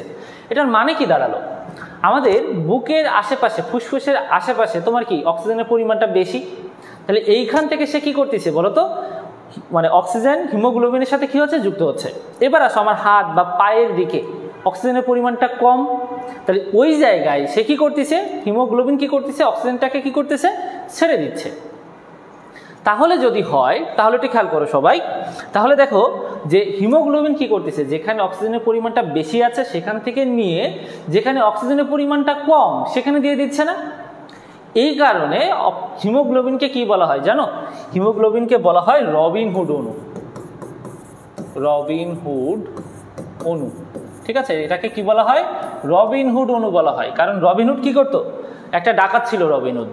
ঠিক আছে, সে কি করতো, যে ধন সম্পদ যাদের বেশি তাদের কাছ থেকে ধন সম্পদ লুট করে যাদের ধন সম্পদ কম তাদেরকে সে কি করতো, বিলাই দিত। তো হিমোগ্লোবিন কি করতেছে, যে জায়গায় অক্সিজেনের পরিমাণ বেশি সেইখান থেকে নিয়ে যেখানে অক্সিজেনের পরিমাণটা কম সেইখানে সে কি করতেছে, দান করে দিচ্ছে। ওকে, আচ্ছা, এরপরে আসো আরেকটা জিনিস আমাকে এখান থেকে জানতে হবে, সেটা হচ্ছে ভৌত প্রক্রিয়া। দেখো আমরা একটু আগেই কিন্তু এখানে পড়ে আসছি, একটু আগে এখানে পড়ে আসছি যে অক্সিজেনের চাপ এখানে কত, 40 মিলিমিটার পারদ চাপ, এখানে কত, 100 মিলিমিটার পারদ চাপ।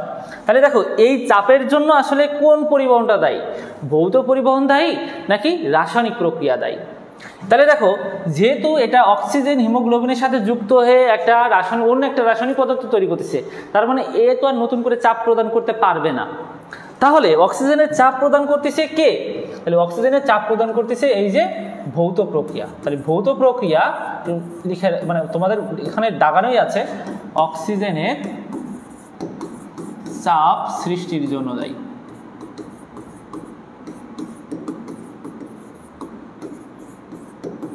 ঠিক আছে, তাহলে অক্সিজেনের চাপ সৃষ্টির জন্য দায়ী। তাহলে এই দুইটা জিনিস কিন্তু একটু ক্রিটিক্যাল, এটা তোমরা একটু মাথায় রাখবা। ঠিক আছে, আচ্ছা, তাহলে অক্সিজেন পরিবহন নিয়ে তোমাদের যদি কারো কোনো কোশ্চেন থাকে আমাকে কমেন্ট সেকশনে করতে পারো। অক্সিজেন পরিবহন নিয়ে তোমাদের যদি কারো কোনো কোশ্চেন থাকে আমাকে করতে পারো।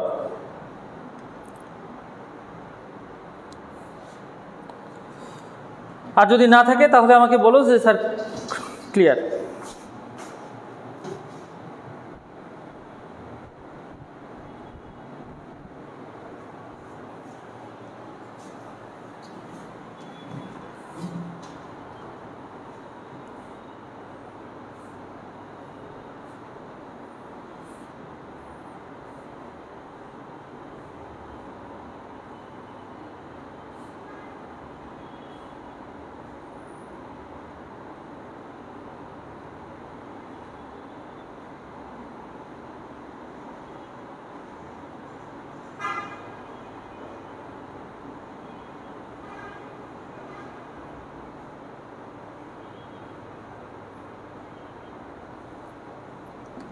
এবার আসো আমরা পড়ব কার্বন ডাই অক্সাইড পরিবহন।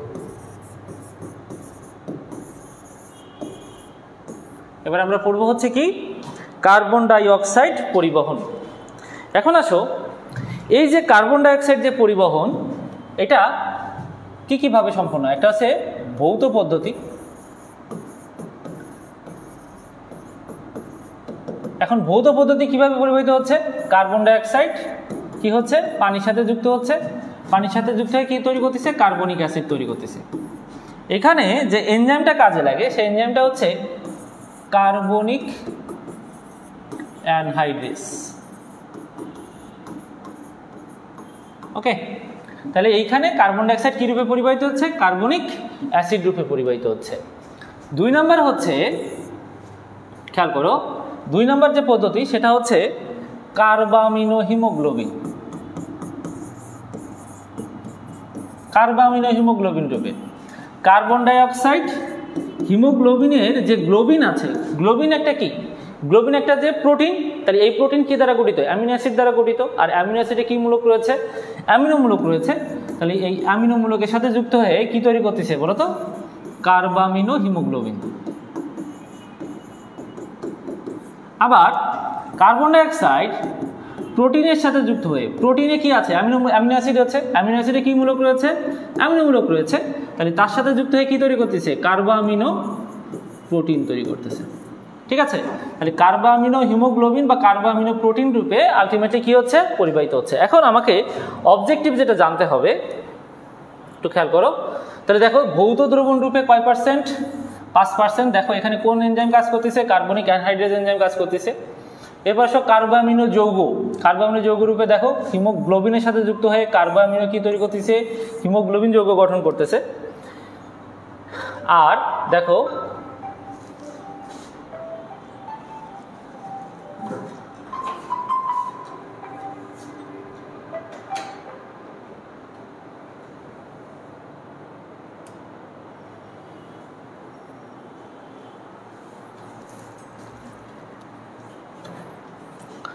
ঠিক আছে, আচ্ছা, আর প্রোটিন কার্বন ডাই অক্সাইডের সাথে যুক্ত হয়ে কি তৈরি করতেছে? কার্বামিনো প্রোটিন রূপে পরিবাহিত হচ্ছে। এখন আসো কার্বন ডাই অক্সাইডের কত ভাগ কার্বামিনো যৌগ রূপে যৌগ পরিবাহিত হয়? 27 ভাগ। এটা খুবই ইম্পর্টেন্ট। তাহলে দেখো প্রতি 100 ml রক্তে কত ml?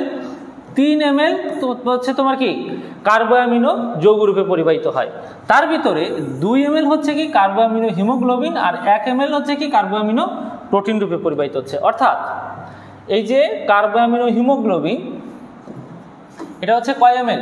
2 ml। আর কার্বামিনো প্রোটিন হচ্ছে কয় ml? 1 ml। ঠিক আছে, 1 ml রূপে পরিবাহিত হচ্ছে, এটা একটু মাথায় রাখা লাগবে। এবার সব বাইকার্বনেট যৌগ রূপে, বাইকার্বনেট যৌগ রূপে কত পার্সেন্ট?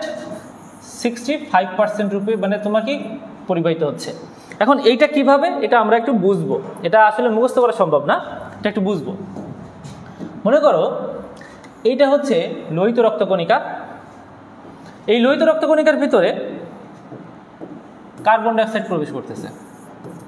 ঠিক আছে, এই যে কার্বন ডাই অক্সাইড প্রবেশ করলো এটা পানির সাথে যুক্ত হচ্ছে, যুক্ত হয়ে কি তৈরি করতেছে?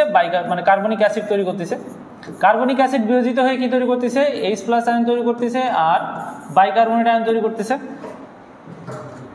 ওকে, এখন দেখো তাহলে যত বেশি কার্বন ডাই অক্সাইড প্রবেশ করবে, যত বেশি কার্বন ডাই অক্সাইড প্রবেশ করবে, যত বেশি কার্বন ডাই অক্সাইড প্রবেশ করবে তত বেশি কি তৈরি হচ্ছে? বাইকার্বনেট আয়ন তৈরি হচ্ছে। তত বেশি কি তৈরি হচ্ছে? বাইকার্বনেট আয়ন তৈরি হচ্ছে।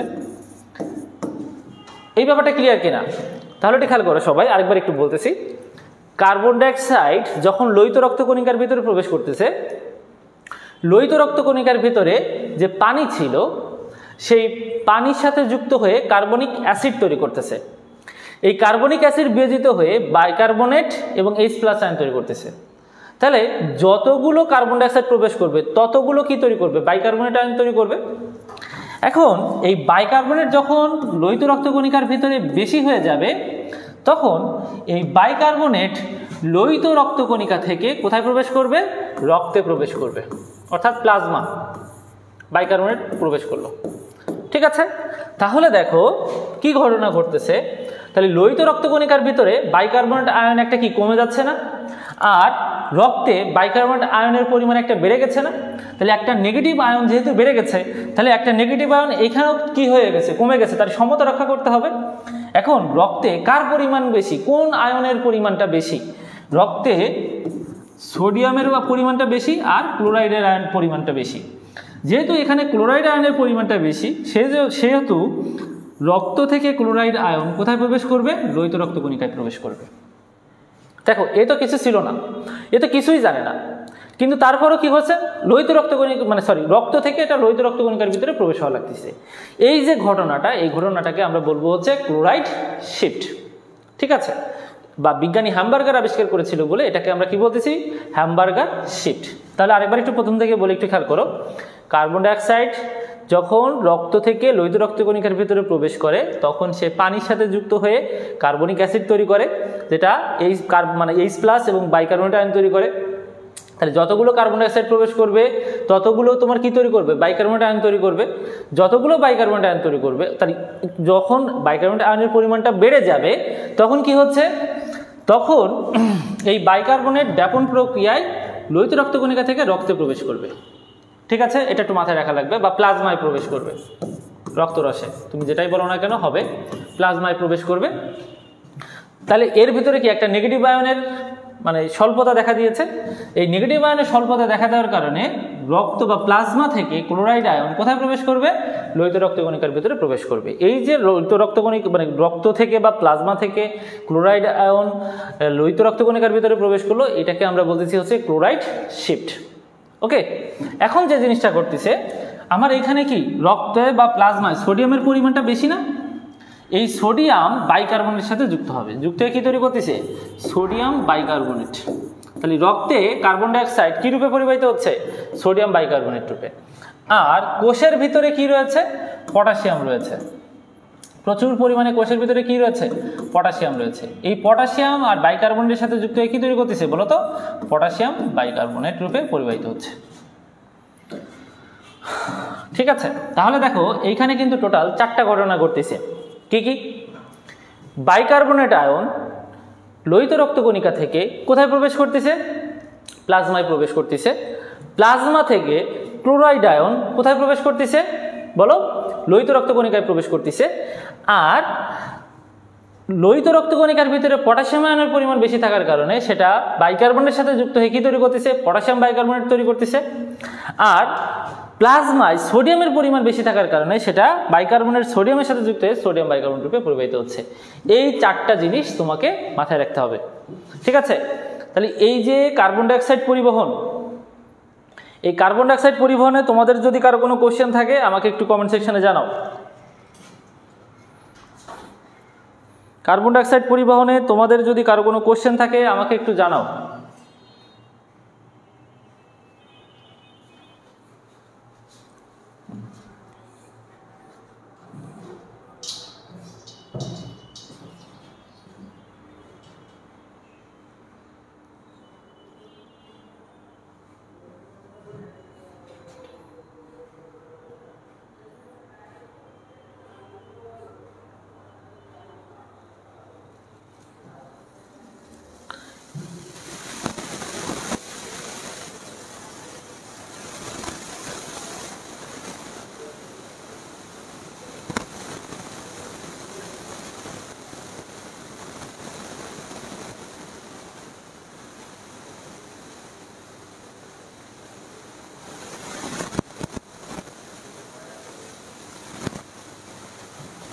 কারো কোনো কোশ্চেন নাই? কারো কোশ্চেন না থাকলে অন্তত লেখো যে স্যার ক্লিয়ার বা বুঝতে পারছে, এরকম কিছু লেখো, তাহলে না বুঝতে পারবো।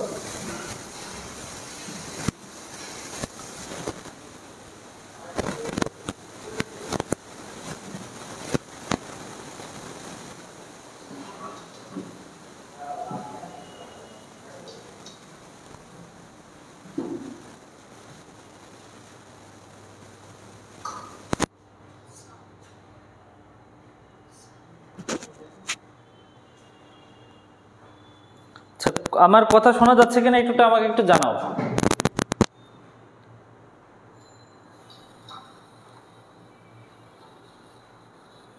আমার কথা এবং আমার সাউন্ড এবং মানে অডিও আর ভিডিও ঠিক আছে কিনা আমাকে একটু জানাও তো।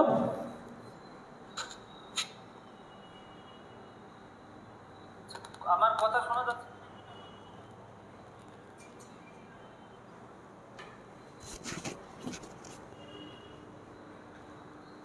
আমার কথা এবং আমার সাউন্ড এবং মানে অডিও আর ভিডিও ঠিক আছে কিনা আমাকে একটু জানাও তো। ঠিক আছে।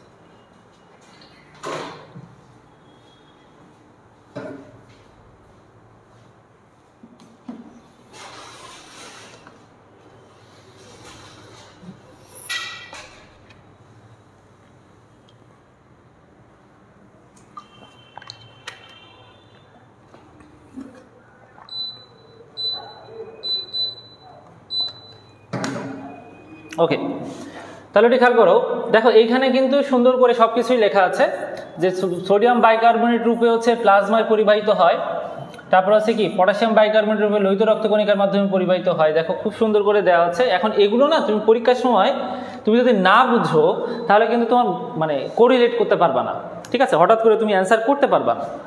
সো এগুলো একটু বুঝতে হবে, ঠিক আছে। তাহলে দেখো এই যে ঋণাত্মক আয়নের যে ঘাটতি সৃষ্টি হয়, এটা হচ্ছে কি প্লাজমার ক্লোরাইড আয়ন কোথায় প্রবেশ করে? লোহিত রক্তকণিকার ভিতরে প্রবেশ করে, ঠিক আছে। এটাকে আমরা কি বলতেছি? ক্লোরাইড শিফট, ঠিক আছে। এটাকে আমরা কি বলতেছি? Chloride shift. বিজ্ঞানী হ্যামবার্গার আবিষ্কার করছিল বলে এটাকে আমরা কি বলেছি? বিজ্ঞানী হ্যামবার্গার আবিষ্কার করছিল বলে এটাকে আমরা হ্যামবার্গার শিফটও বলেছি।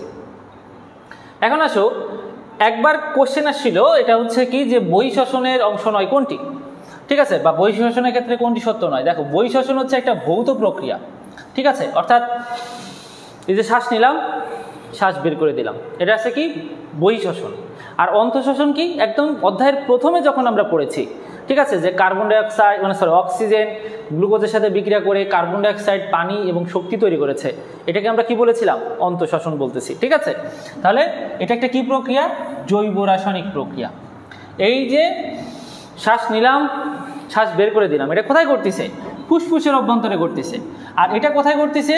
এটা কোষের অভ্যন্তরে। আমরা যে ছবিটা প্রথমেই একদম ক্লাসের প্রথমেই যে বিক্রিয়াটা করছি, ঠিক আছে, এটা কোষের অভ্যন্তরে কোথায় কোথায় করতেছে? সাইটোপ্লাজম, মাইটোকন্ড্রিয়া এবং রক্তে সম্পন্ন হচ্ছে। এখানে কি হচ্ছে? ফুসফুসে অক্সিজেন প্রবেশ করতেছে এবং কার্বন ডাইঅক্সাইড ফুসফুস থেকে কি হয়ে যাচ্ছে? বাইরের পরিবেশে প্রবেশ করতেছে। আর এইখানে কি হচ্ছে? খাদ্য সার অক্সিজেন দ্বারা জারিত হয়ে প্রথমেই যে বিক্রিয়াটা পড়েছি আমরা, সেই বিক্রিয়ার জিনিসটাই কিন্তু এখানে তুলে দিচ্ছে। এটার উপপর্যায় কি? একটা হচ্ছে শ্বাস গ্রহণ, একটা হচ্ছে শ্বাস গ্রহণ, আর একটা হচ্ছে কি শ্বাস ত্যাগ, ঠিক আছে। এটা হচ্ছে শ্বাস গ্রহণ, শ্বাস ত্যাগ। আর এইখানে কি গ্লাইকোলাইসিস, ক্রেবস চক্র, গ্যাস পরিবহন, এগুলো। এবার আসো, শক্তি উৎপাদন হচ্ছে কোথায়? এই যে সে শ্বাস নিচ্ছি, শ্বাস ছাড়তেছি, এটা কি কোনো শক্তি উৎপাদন হচ্ছে? না। তাহলে দেখো এখানে কোনো শক্তি উৎপাদন হয় না, আর এখানে কি শক্তি উৎপাদন হয়। যেহেতু এখানে রাসায়নিক বিক্রিয়া হচ্ছে, তাহলে এখানে কি এনজাইমের ভূমিকা রয়েছে, আর এখানে এনজাইমের কোনো ভূমিকা নেই, ঠিক আছে। এটা একটু মাথায় রাখবা।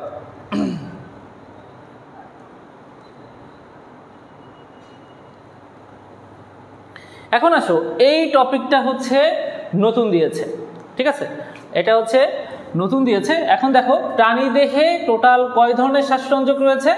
4 ধরনের শ্বাসসংযোগ রয়েছে, ঠিক আছে। কয় ধরনের শ্বাসসংযোগ রয়েছে? 4 ধরনের।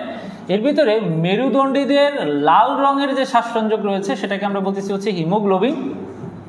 মলাস্কা আর আর্থ্রোপোডা, এদের নীল রঙের একটা তোমার ইয়া রয়েছে, সেটাকে আমরা কি বলতেছি? হিমোসায়ানিন।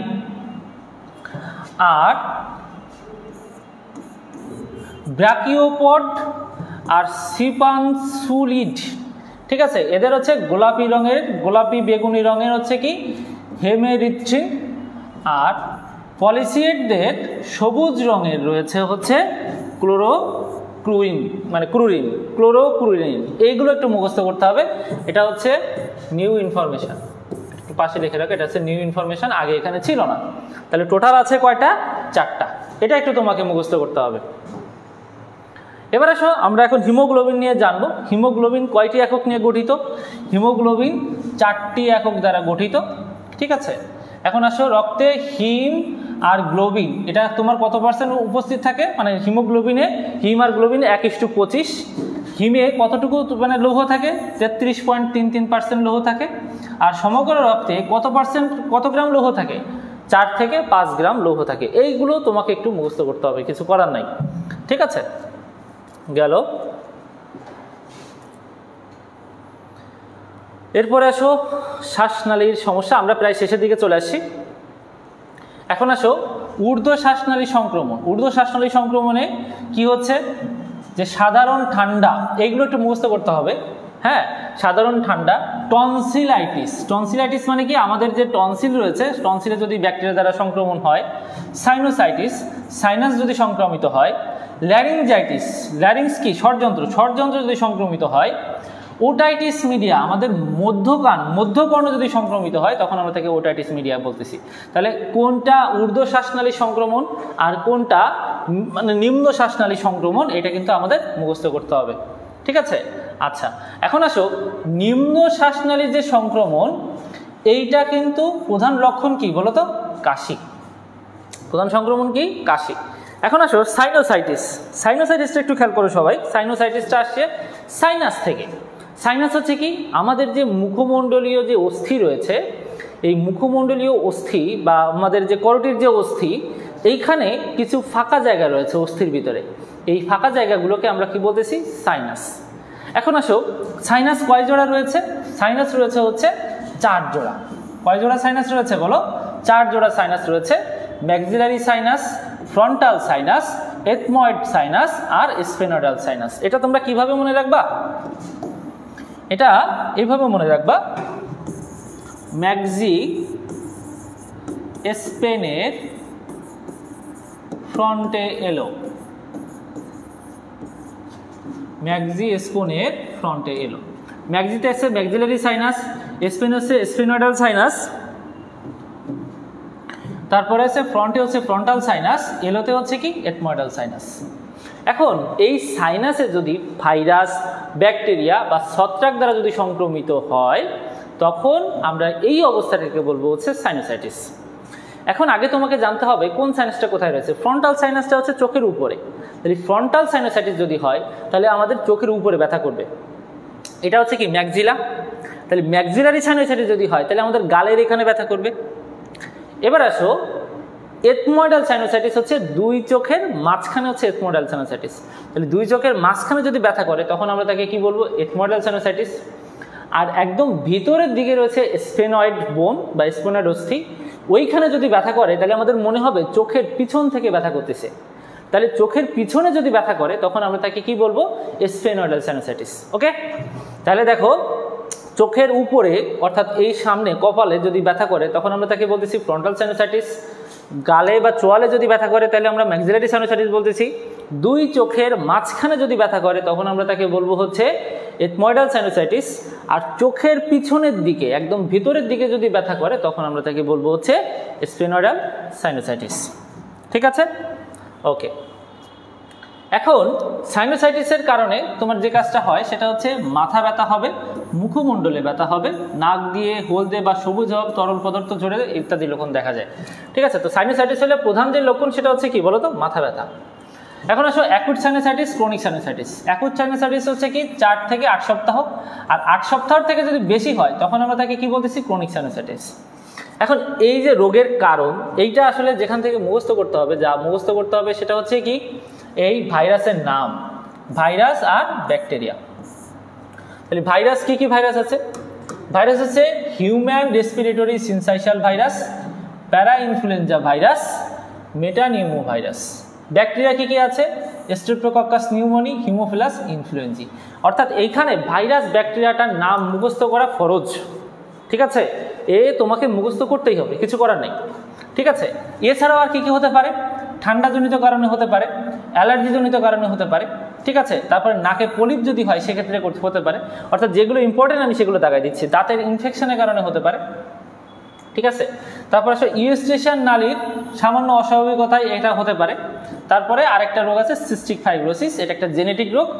এই কারণগুলো তোমাদের একটু পড়ে ফেলতে হবে। ওকে, গেল। লক্ষণ, লক্ষণ তুমি জাস্ট এটা একবার রিডিং দিবা, এটা আছে কোনো একটা বিগ ইস্যু না, এটা একটা রিডিং দিলেই হবে। ঠিক আছে, এখান থেকে খুব একটা বেশি কোশ্চেন আসে না। ক্রনিক সাইনোসাইটিসে কয় সপ্তাহ ওষুধ চলবে, 3 থেকে 4 সপ্তাহ। এবার আসো ওটাইটিস মিডিয়া। ওটাইটিস মিডিয়া কথাটা আসছে হচ্ছে ওটিক থেকে। ওটিক মানে হচ্ছে কান, ওটিক মানে হচ্ছে কি ওটিক মানে হচ্ছে কান। এখন আসো, কানে যদি ব্যাকটেরিয়া দ্বারা যদি সংক্রমিত হয় তখন আমরা তাকে কি বলি? ওটাইটিস। ওকে, এখন আসো, কান তিনটা ভাগে ভাগ করতে পারি। একটা হচ্ছে বহিকর্ণ, একটা হচ্ছে মধ্যকর্ণ, আর একটা হচ্ছে কি অন্তকর্ণ। ঠিক আছে, এখন মধ্যকর্ণ হচ্ছে কি, আমরা কি বলতেছি? মিডিয়া, তাই না? তাহলে মধ্যকর্ণ হচ্ছে ওটাইটিস মিডিয়া। যদি মধ্যকর্ণে যদি সমস্যা থাকে তখন আমরা তাকে কি বলবো? Otitis media. তাহলে দেখো, কানের মধ্যকর্ণে যদি সংক্রমণ জনিত প্রদাহকে আমরা কি বলতেছি? Otitis media. এখন এই মধ্যকর্ণটা যদি আমি তোমাকে একটু যদি আঁকায় দেখাই তাহলে জিনিসটা কেমন হবে একটু খেয়াল করো। মনে করো এটা হচ্ছে পিনা, এটা হচ্ছে পিনা, এটা হচ্ছে কর্ণকুহর, এটা হচ্ছে টিম্পেনিক পর্দা, এটা হচ্ছে টিম্পেনিক পর্দা, আর এটা হচ্ছে সেই মধ্যকর্ণ। মধ্যকর্ণের নিচ থেকে চলে গেছে হচ্ছে ইউস্টিশিয়ান নালী, আর এই হচ্ছে এটা হচ্ছে ফেনেস্ট্রা ওভালিস, আর এটা হচ্ছে ফেনেস্ট্রা রোটান্ডা। আর এইখানে তিনটা অস্থি থাকে, এই একটা অস্থি থাকে, এরকম একটা অস্থি থাকে, তারপরে এইখানে আরেকটা এরকম অস্থি থাকে, আর এইখানে মনে করো এই আরেকটা অস্থি রয়েছে। ঠিক আছে, এটা হচ্ছে ম্যালিয়াস ইনকাস স্টেপিস। তো দেখো, এই যে মধ্যকর্ণে এইখানে প্রতিনিয়তই মিউকাস স্খলিত হয়। ঠিক আছে,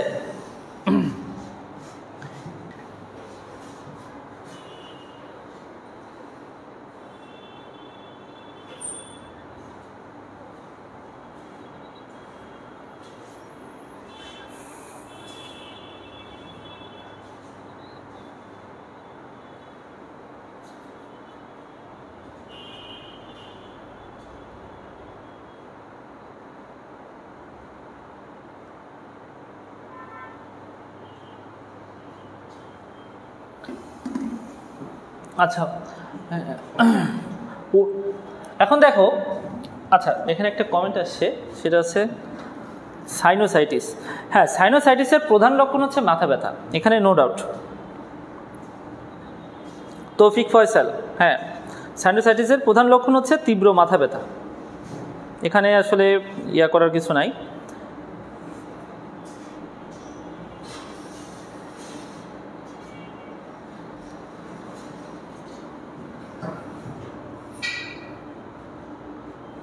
তো ভিডিও কি দেখা যাচ্ছে? আমার এখানে যে ফোনটা আছে এটাতে আসলে ভিডিও তো দেখা যাচ্ছে না।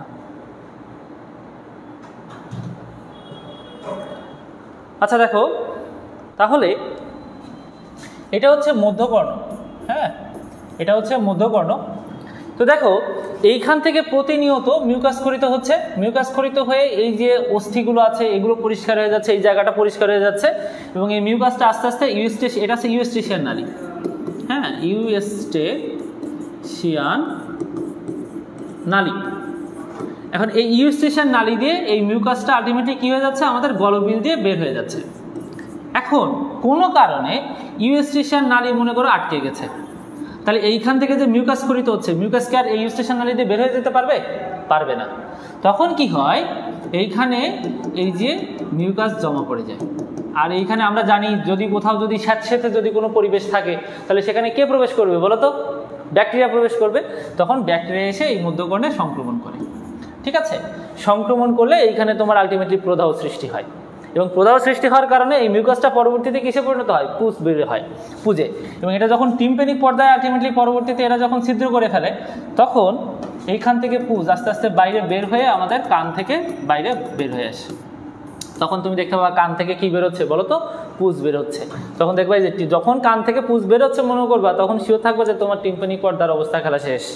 ঠিক আছে, তো যাই হোক, আমরা অত দূর না যাই। তাহলে আমরা এখান থেকে পড়বো যে গলবিলের সাথে মধ্যকর্ণের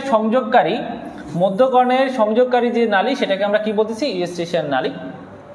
ইউস্টেশিয়ান নালীতে পরবর্তীতে যদি তোমার সমস্যা হয় সেক্ষেত্রে তোমার মধ্যকর্ণের সমস্যা হয়। এখন আসো, ওভারটাইটিস মিডিয়া কয় ধরনের? দুই ধরনের, একটা হচ্ছে স্বল্পস্থায়ী, একটা হচ্ছে দীর্ঘস্থায়ী। স্বল্পস্থায়ী কত সময়? 2 থেকে কয় সপ্তাহ? 4 সপ্তাহ। আর ক্রনিক ওটাইটিস হচ্ছে 2 থেকে 4 সপ্তাহ যদি বেশি হয় তখন আমরা তাকে কি বলতেছি? দীর্ঘস্থায়ী আর এক্ষেত্রে দেখো শ্রবণে ব্যাঘাত ঘটে। কেন শ্রবণে ব্যাঘাত ঘটে? তার কারণ হচ্ছে ওই যে আমাদের টিম্প্যানিক পর্দা আলটিমেটলি কি হয়ে যাচ্ছে, ফেটে যাচ্ছে, তখন তো তুমি ভালো করে শুনতে পারবা না, এটাই তো স্বাভাবিক। যাই হোক, এবার আসো রোগের কারণ। এই রোগের কারণ আমাদের ভাইরাস আর ব্যাকটেরিয়া, সেম আগের মতোই ভাইরাস আর ব্যাকটেরিয়ার নাম আমাদের মুখস্থ করতে হবে। কি কি ভাইরাস আছে? Respiratory syncytial virus, influenza virus, rhino virus. ব্যাকটেরিয়ার ক্ষেত্রে কি আছে? স্ট্রেপ্টোকক্কাস নিউমোনি, হিমোফিলাস ইনফ্লুয়েঞ্জি, মোরাকজেরা ক্যাটারালিস, এগুলো আমাদের একটু মুখস্থ করতে হবে। তারপরে দেখো 2 নম্বরে আছে যে মধ্যকর্ণের সাথে নাকের যে সংযোগ স্থল সেটা যদি ফুলে যদি বন্ধ হয়ে যায়, অর্থাৎ ইউস্টেশন টিউবটা যদি বন্ধ হয়ে যায়। তারপরে অ্যাডিনয়েড যে তোমার ইয়াটা রয়েছে, লসিকর গ্রন্থি রয়েছে, সেটা যদি ফুলে যায়। এগুলো একবার তোমরা একটু পড়ে ফেলবা, এগুলো পড়ে ফেললেই মোটামুটি হয়ে যাবে। আর এগুলো ওইভাবে আসে না, জাস্ট তুমি একবার রিডিং দিতে পারো, এখানে অত কিছু দরকার নাই। আর এই যে ওটাইটিস মিডিয়া রক্ষা করার, মিডিয়া থেকে বাঁচার জন্য আমাদের কি ভ্যাকসিন তৈরি হয়েছে, ঠিক আছে? কিসের জন্য ভ্যাকসিন তৈরি হয়েছে? স্ট্রেপ্টোকক্কাস নিউমোনি, ঠিক আছে? আচ্ছা, আর পরামর্শের জন্য তোমার কি অ্যান্টিবায়োটিক গ্রহণ করতে হবে। অ্যান্টিবায়োটিকের সাথে অ্যান্টিহিস্টামিন জাতীয় ওষুধ ব্যবহার করা যেতে পারে, ঠিক আছে? ব্যথা যদি বেশি হয় সেক্ষেত্রে আমরা কি করতে পারি? প্যারাসিটামল জাতীয় ওষুধ খেতে পারি, তাহলে আমার ব্যথাটা কমে যাবে। এবং আমরা দেখতে দেখতে শেষ টপিকে চলে আসছি, সেটা হচ্ছে যে ধূমপায়ী ও অধূমপায়ী ফুসফুসের এক্সরের তুলনা। এখানে আমাদের যে জিনিসটা লাগবে সেটা হচ্ছে কি, যে কয় হাজার মানে তোমার কি রাসায়নিক পদার্থ থাকে? 4000, ঠিক আছে? এবং সিগারেটে যে রাসায়নিক পদার্থ থাকে তার মধ্যে কি কি থাকে? নিকোটিন থাকে, আর্সেনিক থাকে, মিথেন থাকে, অ্যামোনিয়া থাকে, কার্বন মনোক্সাইড থাকে, হাইড্রোজেন সায়ানাইড থাকে। এই রাসায়নিক পদার্থগুলো একটু নামটা একটু মুখস্থ করে ফেলতে হবে। কি কি? Nicotine, arsenic, methane, ammonia, carbon monoxide, hydrogen cyanide. আসতে পারে যে সিগারেটের শোলাকায় কোনটি থাকে কোনটি থাকে না, ঠিক আছে? তো পার্থক্য ওইভাবে দরকার নাই। এরপরে আসো এখান থেকে আমাদের একটু পড়লাম, এখান থেকে একটু পড়বো যে সক্রিয় ধূমপান। এখন দেখো সিগারেটের ধোঁয়াতে অত্যন্ত ক্ষতিকর কি থাকে বলো তো? নিকোটিন থাকে। এটা 2টা স্টার চিহ্ন দিয়ে রাখো, ঠিক আছে? তোমার নিকোটিন থাকে। এছাড়াও এখানে কি থাকে? টার থাকে আর কার্বন মনোক্সাইড থাকে, ঠিক আছে? টার আর হচ্ছে কি? Carbon monoxide. এরপর এমফাইসেমা কি জিনিস? এমফাইসেমা দেখো, আমরা যে অ্যালভিওলাসের গঠন করেছিলাম, অ্যালভিওলাসটা কি হবে? আকারে বড় হয়ে যাবে, আকারে বড় হয়ে যে ফেটে যাবে। তাহলে অ্যালভিওলাস যদি নষ্ট হয় বা ফেটে যদি যায় তাহলে নষ্ট হয়ে গেল। তাহলে আগে যে পরিমাণে তুমি শ্বাস গ্রহণ করতে পারতা, এখন কি সেই পরিমাণে শ্বাস গ্রহণ করতে পারবা না। তাহলে যে সমস্যাগুলো দেখা দিবে সেটাকে আমরা কি বলতেছি? এমফাইসেমা।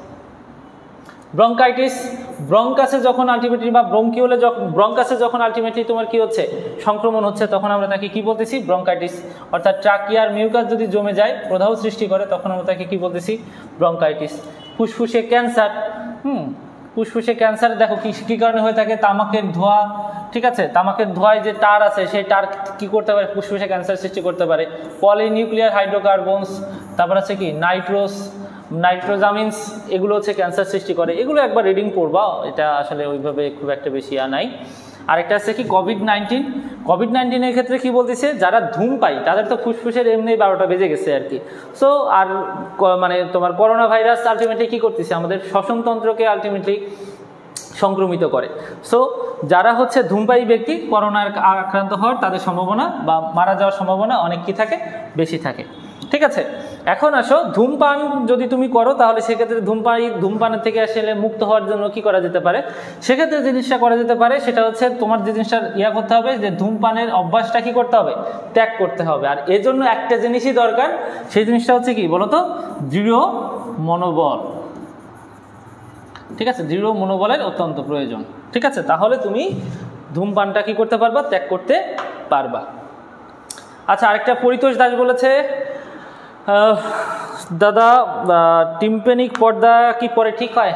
দেখো ঠিক তো, দেখো এখন ঠিক এটা আসলে ডিপেন্ড করে হচ্ছে কতটুকু আসলে ছিদ্র হয়েছে। ছিদ্র যদি ছোট হয় তাহলে পরবর্তীতে ঠিক হয়ে যায়, ঠিক আছে? পরিতোষ দাস। আর যদি ছিদ্রটা যদি অনেক বড় হয় সেক্ষেত্রে ঠিক হওয়ার কোনো কারণ নাই, মানে সুযোগ নাই। সেক্ষেত্রে আবার আমরা একটা আর্টিফিশিয়াল টিম্প্যানিক মেমব্রেন দিয়ে দিই, এটাকে আমরা বলতেছি টিম্পেনোপ্লাস্টি। তোমাদের বইতে আছে সম্ভবত, টিম্পেনোপ্লাস্টি করে দিয়ে থাকি, ঠিক আছে? তো আজকে আমাদের ক্লাস কেমন লাগছে তোমরা সবাই একটু আমাদের গ্রুপে একটু জানাবা আমাদের ক্লাসগুলো কেমন লাগছে। ঠিক আছে। এটা তোমাদের যদি ক্লাসগুলো ভালো লেগে থাকে আমাদের জানাবা, তাহলে আমরা একটু তোমাদের ভালো সেবা দেওয়ার জন্য উদ্বুদ্ধ হব, ঠিক আছে। আর তোমরা যদি চাও তাহলে প্রত্যেকটা ক্লাসের পরে আমরা এই অধ্যায়ের উপরে পরীক্ষাও নিতে পারি, ঠিক আছে। সেটা তোমাদের চাওয়ার উপরে ডিপেন্ড করতেছে। তোমরা যদি চাও তাহলে পরীক্ষা হবে, না চাইলে পরীক্ষা হবে না, ঠিক আছে। আমরা শুধু ক্লাস নিয়ে তোমাদের যতটুকু সহযোগিতা করার দরকার হয় ততটুকু সহযোগিতা করব। তো আমরা নেক্সট দিন আরও একটা অধ্যায় নিয়ে আমরা হাজির হব। তো যাই হোক, ততদিন তোমরা ভালো থাকো, সুস্থ থাকো। আর মেডিকেল অ্যাডমিশনে যদি তোমাদের কোনো ধরনের কোনো সাহায্য যদি দরকার হয় আমাদের গ্রুপে বা আমাদের পেজে তোমরা কমেন্ট করতে পারো বা আমাদের পোস্ট করতে পারো। আমরা সাথে সাথে তোমাদের যে কোনো কনফিউশন দূর করে দিব, ঠিক আছে। তাহলে সবাই ভালো থাকো, সুস্থ থাকো, টাটা।